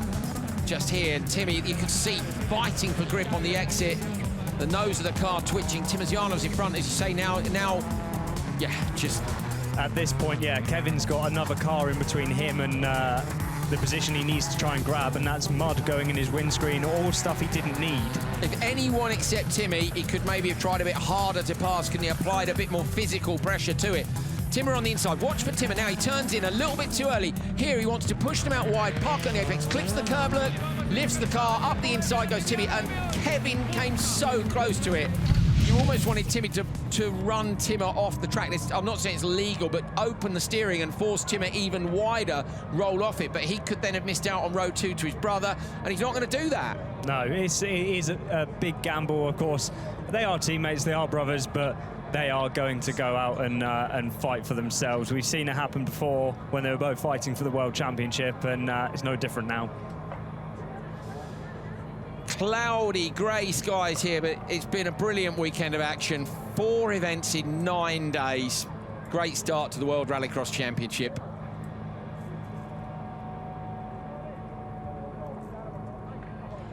We've just seen a 5-second penalty for track limits come up for Juha Rutkanen.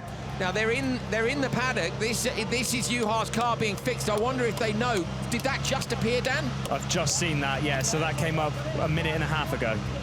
So we need to see, we're thinking that Rutkanen may be knocked out as a result of that, because Bakkerud was only 1.6 behind. So we need confirmation from race control, because these guys are fixing a car at the minute, Dan, that isn't going to be in the final. No, it's not going to be in the final at all. It's not even going to be first reserve. Bakkerud is in. Andreas Bakkerud is in. We've just heard the team don't know. I wonder if someone's going to tell them. Andreas Bakkerud is in, and Rutkanen is out. Oh, I feel gutted for the mechanics, Dan. You know what this is like. They're working so hard to get him there. Bakkerud will just have found it. Wasn't it Bakkerud who was first reserve yesterday? Yes, I think it was, yeah. He was, yeah. Bakkerud was first reserve yesterday, and Scheider turned up at the last second. So drama, massive drama. Bakkerud again, effectively P7. You know, your first reserve by virtue of being the runner at the fourth place in your semi plus your positions in qualifying. So he was first reserve yesterday. He was sitting there. He was ready to go. Scheider rolled into the pre-grid like the cavalry at the last second. Yeah, I'm here, which is gutting for Andreas. Now he's sitting there, and I don't think they know. I don't think they know. No.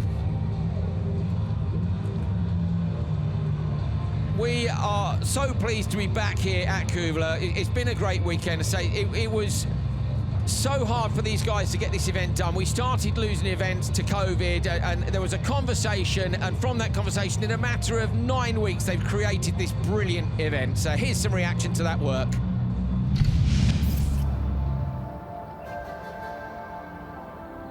I think everything happened quite quickly due to the unfortunate situation in the world.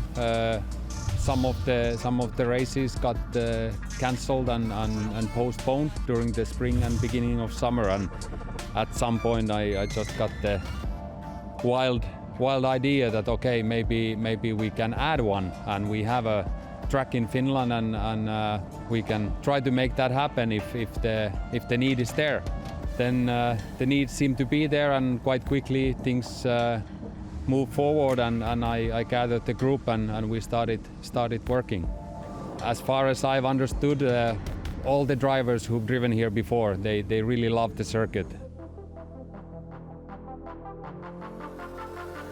Yeah, I actually won my first European event here, which is a great memory for me. But Kuvula's actually my favourite track of all the rallycross circuits I've ever raced on, which there's a lot now because I'm old.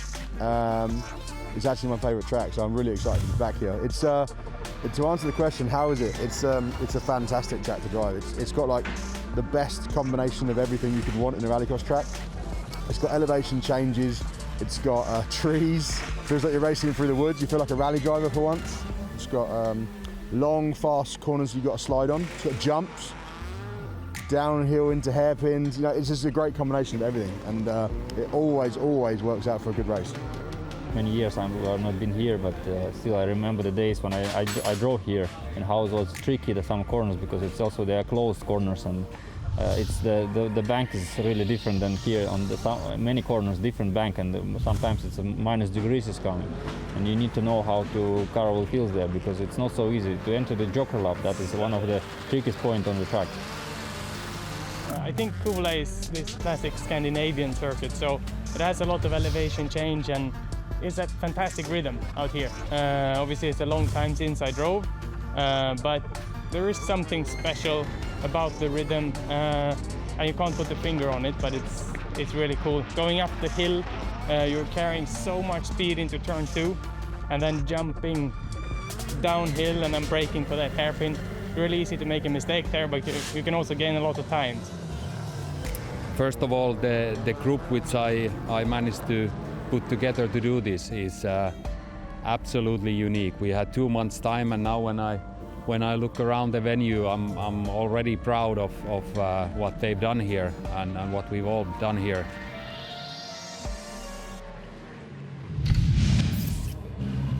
Yeah, incredible effort from a small group of people just getting stuff done. You can see they're the same people behind GRX Tanaco, the same people behind Set Promotion, the uber successful Super 1600 team. Amazing, brilliant event. Now, a moment ago, Neil Cole managed to catch up with Andreas Bakkerud, who's just been promoted to the final. Last week, I mean, it's been insane. So big thanks to all the boys involved. They all know who they are. So, and girls. Andrea is still the boss. She's back home watching, probably in Lyden Hill right now. So, and all the Bakkerud Blues, Monster Energy, RX Catal, GCK. We have many names, but yeah, very happy that we are in the final. Unlucky, I guess, for one of the other drivers. I felt I was a bit unlucky into the turn 1. I got pushed like mad. So and visibility is out here is so hard. You can't see anything. So especially when you are in the back of the pack. So we will give it all in the final and hope for the best. Thank you. Well, your time to shine. Thanks, Andreas. It is. Thanks. Nothing to lose from there on the grid. Prep still going on in the cars at the last minute. You can see the rear door open for Timmer. What are they doing in there? Cleaning potentially Kristoffersson as well. Sometimes the drivers get their boots wiped. That's not like an ego thing. It's to make sure everything's dry on the pedals. Putting in the FIA nets down the side of the car. Quick release on those. The red strap there's the quick release if you need to get out of the car quickly. So that's Rutkanen who's turned up, but I think Rutkanen wouldn't be. Didn't you say, Dan, you didn't think he would be first reserve? Well, it doesn't matter now, does it? Bakkerud's in, he's out. They're going to roll that car into the grid. He would be first reserve, so now Rutkanen is first reserve, so they sent the car anyway. Ekström from row 2. You could actually hear them letting the air out the tyres. You can see rear left on his car. They're just getting the tyre pressures exactly how they want them. You can see down at far end of the grid, Neil Cole is trying to have a catch up with Niklas Gronholm. So just before the final words before you hit the track? I don't know. Let's try something. He looks quite fast, but maybe we can challenge from the line. So we'll see. It's tricky, but I will try. You Sisu, good luck. He will try. He'll try everything. They're doing their best to get the windows cleaned. Niklas is he's got more recent knowledge of the track out there, considering he ran in semi-final 2. Yes, so he knows how muddy it is out there right now. Knows how much more slippery it is than it was in semi-final 1 when Johan was out there. So much of this is going to come down to the start.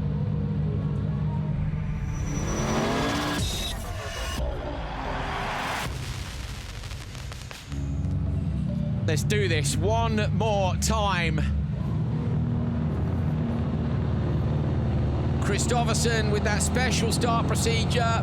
He's right in front of me. He's 20 feet away. Just sitting there, pulling the belts tight while the car does its stuff. Jiggery-pokery. It's definitely a bit of magic in these starts. Now he gets ready for the launch. He pulls the handbrake on.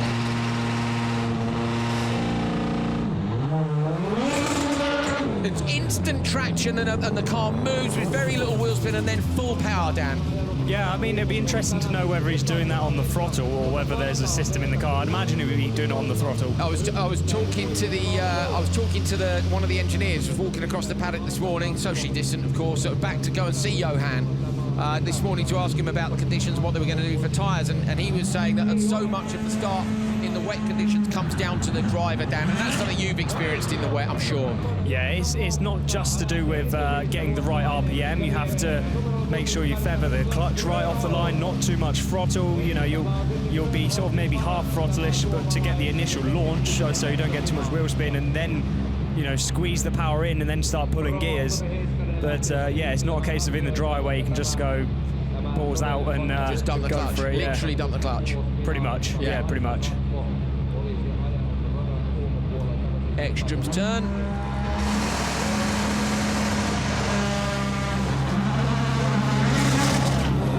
They're all just hoping, aren't they, that they've just got it dead right. Ekström with a little nip on the handbrake, not quite enough rotation, reverses the car into the slot, and then he'll come forward. Difficult from where Ekström is. I sometimes think P3, you know, if you get an incredible start, your chances of getting through the gap between P1 and P2 are really slim. Sometimes the outside of the grid, obviously you're always on the outside, but I don't know if you can hang anything around the outside here. Well, you could if you got an epic start, but we haven't seen anyone get a terrible start from the front row.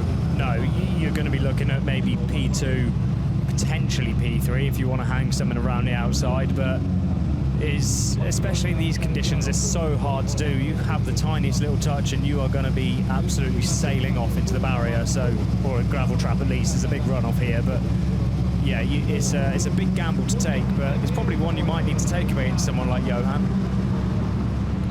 Yeah, you've got to do something. Niklas was all smiles, wasn't he? He's like, kind of, what can I do with Kristoffersson here? We know the lap times were slower in Semi-2, but we know the conditions were worse, 100%. No track cleaning in between. Conditions out there now are filthy.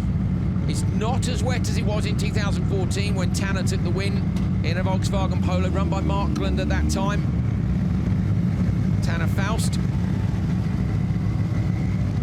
Yeah, that was standing water. It was aquaplaning between turn 1 and turn 2. It's not like that, but it is super muddy, greasy, slippery conditions. Wastegate chatter for Timozianov.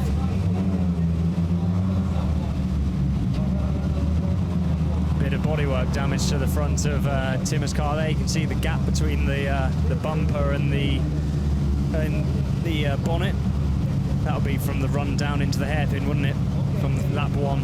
Apparently they've replaced the windscreen on Timmer's car in the gap. So that's you can see the tape around the outside of the windscreen there. There's some very good windscreen replacement companies out there, but I don't think any of them will do it that quickly.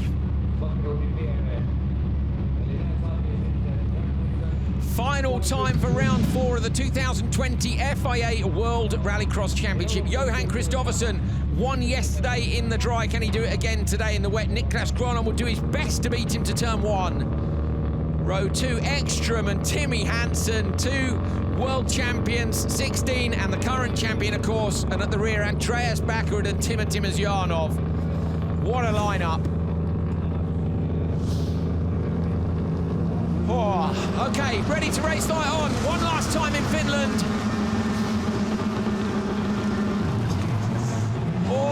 Gronholm's nose up and down a couple of times. He's level with Kristoffersson on the run to turn 1. Gets into the rear just a tiny bit. Kristoffersson backs the pack up. Timmy Hansen in between. Oh, he's got him. Niklas Gronholm's got him into turn 2. Kristoffersson drops back to P2. Problems there and see for Bakkerud. Bakkerud seems to have a problem's gone. Just again in the middle of the pack. Dropping back. Andreas Bakkerud, no luck at all. Gronholm leading from Kristoffersson. A rare mistake there for Kristoffersson on the run into turn 1. That could well be where Niklas's experience of doing the last couple of laps on this track in this muddy conditions has paid off for him, but that's a rare sight, isn't it? Seeing the front of that Polo with mud on it. Yeah, Kristoffersson now has got to decide whether to go Joker immediately or follow him for a couple of laps. He's going to follow him in. Remember as well, the cooling package for the Volkswagen is completely in the front of the car. You do not want to be in traffic with it. Doesn't want to get the temperatures too high. A lot of the cars still running rear cooling, but not the Polo. You can see it runs the WRC cooling package, and very unusual to see it in mud like this in P2. Yeah, it's not used to getting so much mud thrown in the front. We've seen some of the other cars with a bit of plastic on the grille to stop some of the mud going in, keep the coolant there, but Johan doesn't run one.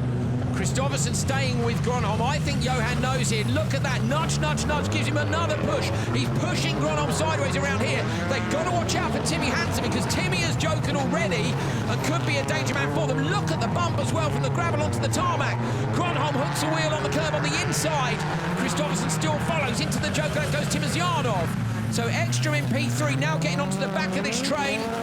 Timozianov coming from the joker. Is he covering off Timmy behind him? He is. Timozianov's out in front of Timmy, so Ekström, Kristoffersson chasing Gronholm. Kristoffersson is trying to apply the pressure. He wants a physical mistake and an on-track pass. Yeah, he's trying to just give him little taps here and there just so he knows he's there, but so it can only take a little tap just to unsettle the car. Let's watch him as he comes into this hairpin again. Is he going to try something? Just be careful, Johan. You don't want to be caught for pushing and passing. Little nudge again, 2, 3 nudges now. Ekström gives Kristoffersson a nudge from behind, but Gronholm's parked them on the way in. A dab of the brakes from Kristoffersson on the exit. Scrabbling for grip. Gronholm doing a fantastic job here under immense pressure behind him. Absolutely great. Kristoffersson goes joker. Johan goes into the joker lap now. This might be to try and cover off Timozianov behind. Timmy can have more exit speed on the outside. Kristoffersson, though, will take it out wide. Going to get into the apex now. He'll hold on to that slot. So Kristoffersson now has put a situation in place where Gronholm really has to joker to respond to him, surely. Yeah, so I think we might well see Gronholm respond. Ekström could then stay out because he'll then have the clear track in front of him. They've still got another 2-3 laps to go. So, yeah, it's tight, all to play for still. Gronholm coming down to the bottom of that muddy hill. Ekström now gives him a nudge, and Kristoffersson gives it to Ekström. Gronholm runs wide. Absolutely incredible pressure. 33 wins between Kristoffersson and Ekström. Gronholm's got a couple, but if he wins this one, he'll have fought so hard for it. He can't choke it now. Kristoffersson's too close. He's right there with him, isn't he? And it's just that run down the hill. For some reason, Gronholm can't seem to keep the speed everyone else is, but he's able to keep it there. It's that thing down of lead or chase. Yeah, it's so much easier to be chasing as Ekström. Oh, looked up the inside. Ekström not quite able to get the nose of the car up there, but he's putting in some effort. I think Gronholm is really starting to feel the pressure now. He's trying to not go too far over the edge and make a mistake, but is he backing it up too much? Oh, mistake by Kristoffersson. They've got to send Gronholm now. It's tiny. It's tenths. But if they don't send him now, depending how close he gets on the brake again, and Kristoffersson's back on the back of the train. They are dicing with grip levels. Gronholm's got nothing through that hairpin. He's trying everything he can. If he doesn't go, Ekström has to. Yeah, one of them has to split the strategy. It would make more sense for Gronholm too, because he's got more of a gap. Gronholm's going to go standard lap. He goes to the left, and he's got with him. Why didn't they split the strategy? One of them surely should have gone for it. It would have made a lot more sense, but Timojanov's now catching up to the back of him a little bit when they start to concertina up. And Hansen too. They could be in risk of missing out on a podium place here if they're not careful. Gronholm dropping more dirt out of the back of the Hyundai. He's still got a clear screen. He's still got Kristoffersson breathing down his neck.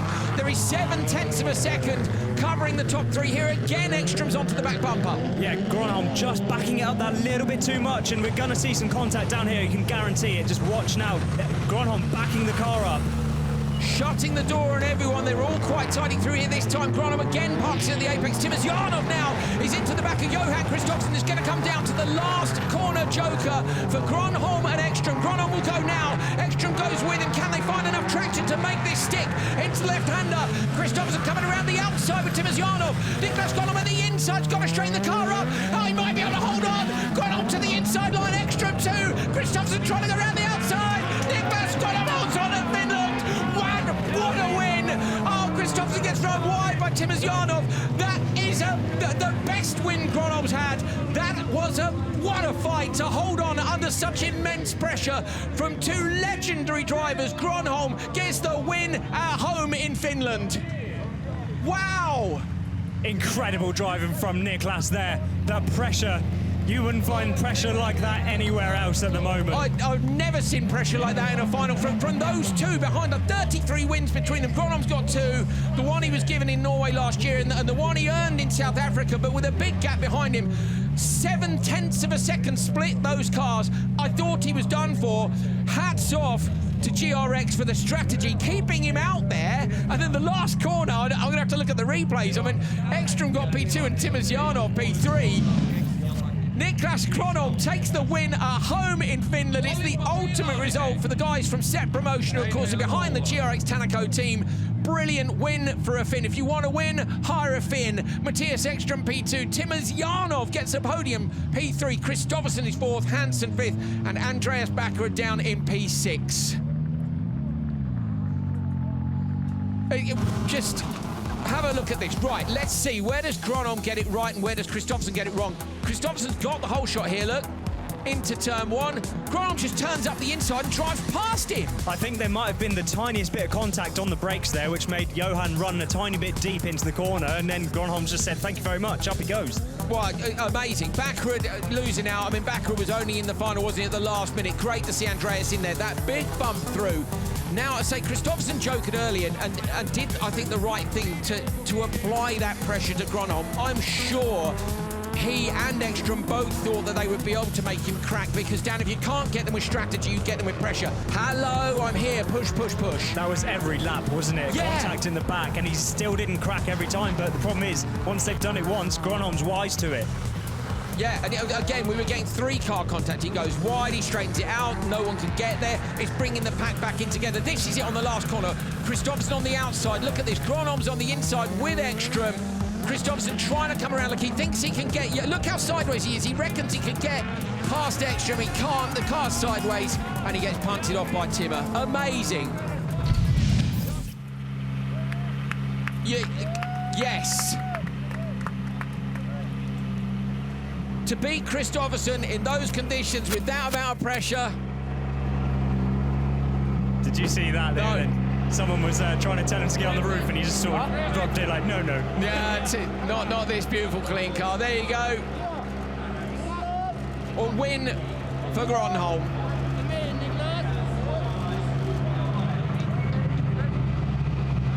holding the number one finger in the air. Look at the dirt on the front of Ekström's car.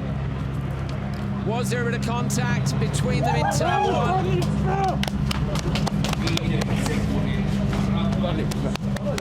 We'll have a look back at the last lap.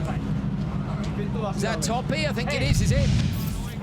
Maybe not. This is the last lap. I know Toppy's here. He was spotting for Ruktanen, but I wasn't sure if he was here. So, final lap, so close. I think it was 7/10, wasn't it, Dan? Splitting the three cars onto the final lap. I'm Gronholm for me. This is a watershed moment where you go, can he take the pressure?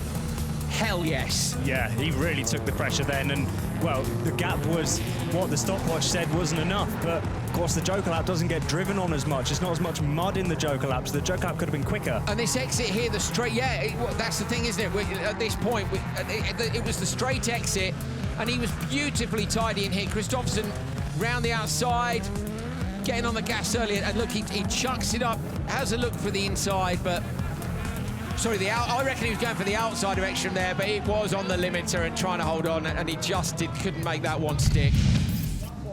Right, Champion Fast Start Award. We had a few people who were in the mix for this one as we came to the semi-finals. Bit of a consolation though, because we can show you who took the win for the Champion Fast Start Award. First corner of the final, and this decided the Fast Start Award. Johan Kristoffersson on the inside has got this absolutely brilliant start look, and he gets the Champion Fast Start Award.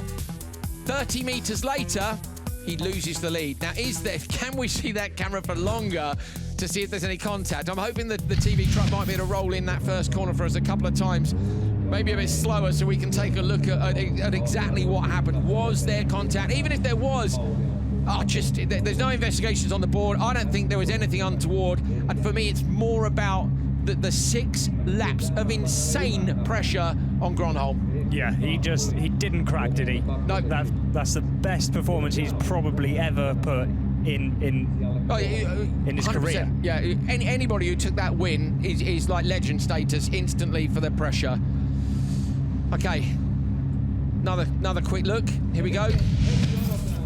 First corner. Watch for Gronholm and Kristoffersson in turn 1. Kristoffersson's got the best. There's a touch here, look, there's a nudge. Nah, it's not in the right place for me. You think so though, Dan, maybe? Well, it is what it is. Brilliant race.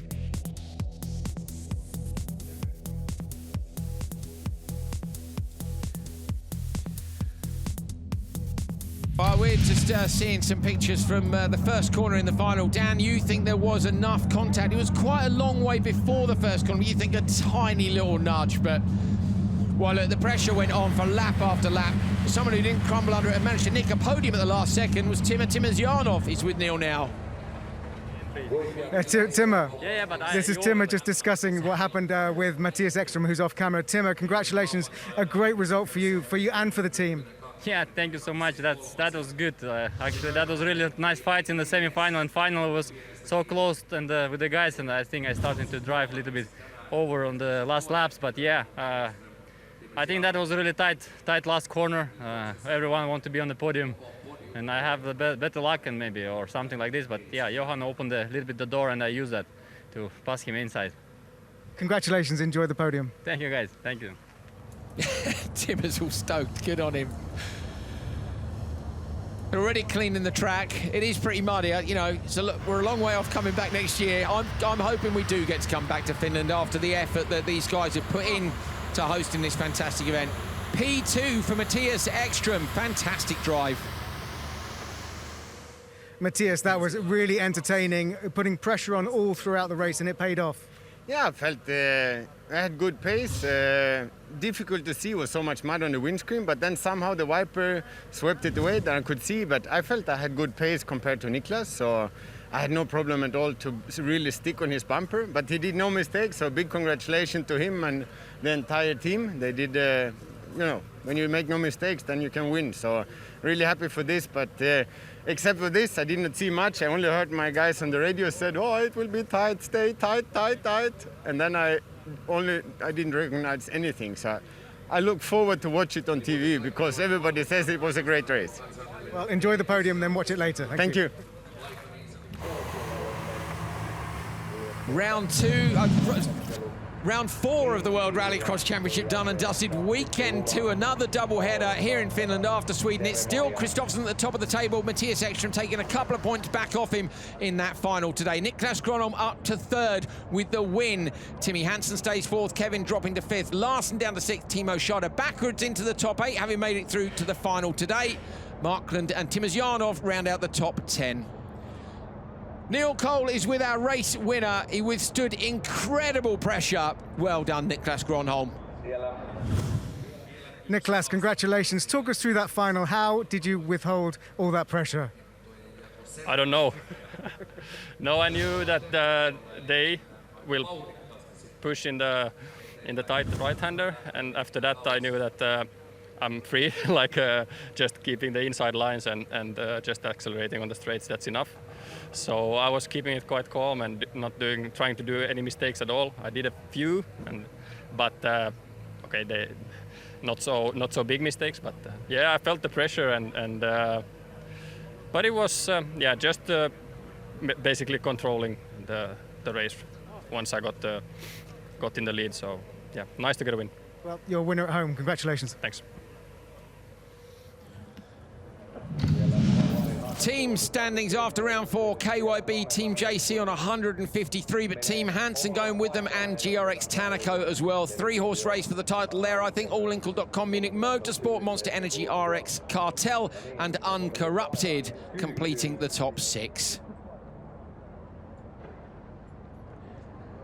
The amount, when Gronholm said he could feel the pressure, but it's physically feel it. It was just contact everywhere into that hairpin, and he knew, didn't he? He knew it was coming. He knew how to hold it off. I'm so impressed with this drive. I'm so impressed with the weekend from Gronholm. They've gone from nowhere in Sweden through to an incredible result here, a win in Finland. Yeah, it was really incredible. The transformation they've done with that car over the week.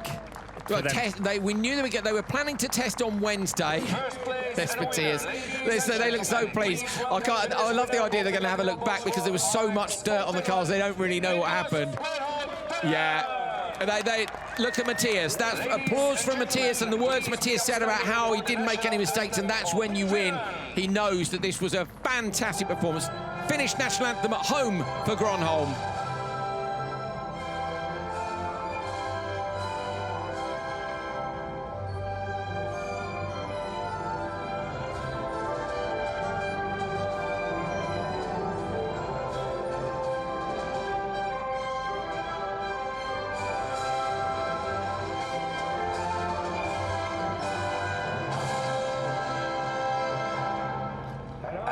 Champagne celebration.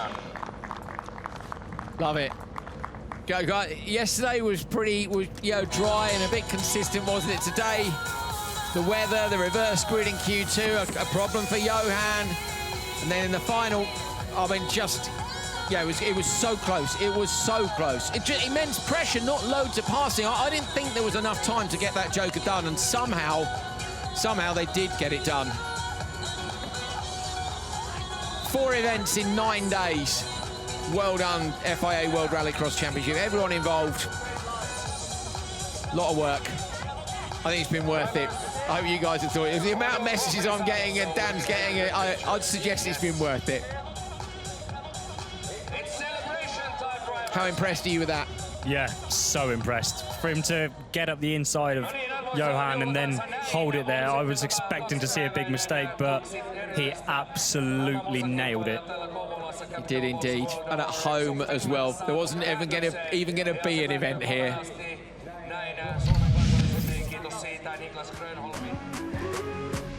What a day, what a weekend. Round 4 of the World Rallycross Championship, I say. 4 events in 9 days. Hard work for everyone, the organising team, the TV team, for these guys, for the mechanics, the engineers, working so hard to keep these cars going in normal conditions, but look at the filthy conditions they had to face today. We saw rain, we've seen mud, we've seen track conditions that were so unpredictable that you just couldn't tell who was going to be able to nail their lap times. Gronholm last weekend, they were so disappointed. We were speaking to Marcus before the weekend. Remember, it's the team behind the team that have run this event. Imagine coming here when last year you knew you were on the pace. 9 weeks ago, you think you're on the pace. You're going to have an event at home when you weren't even on the calendar, and you're going to be nowhere.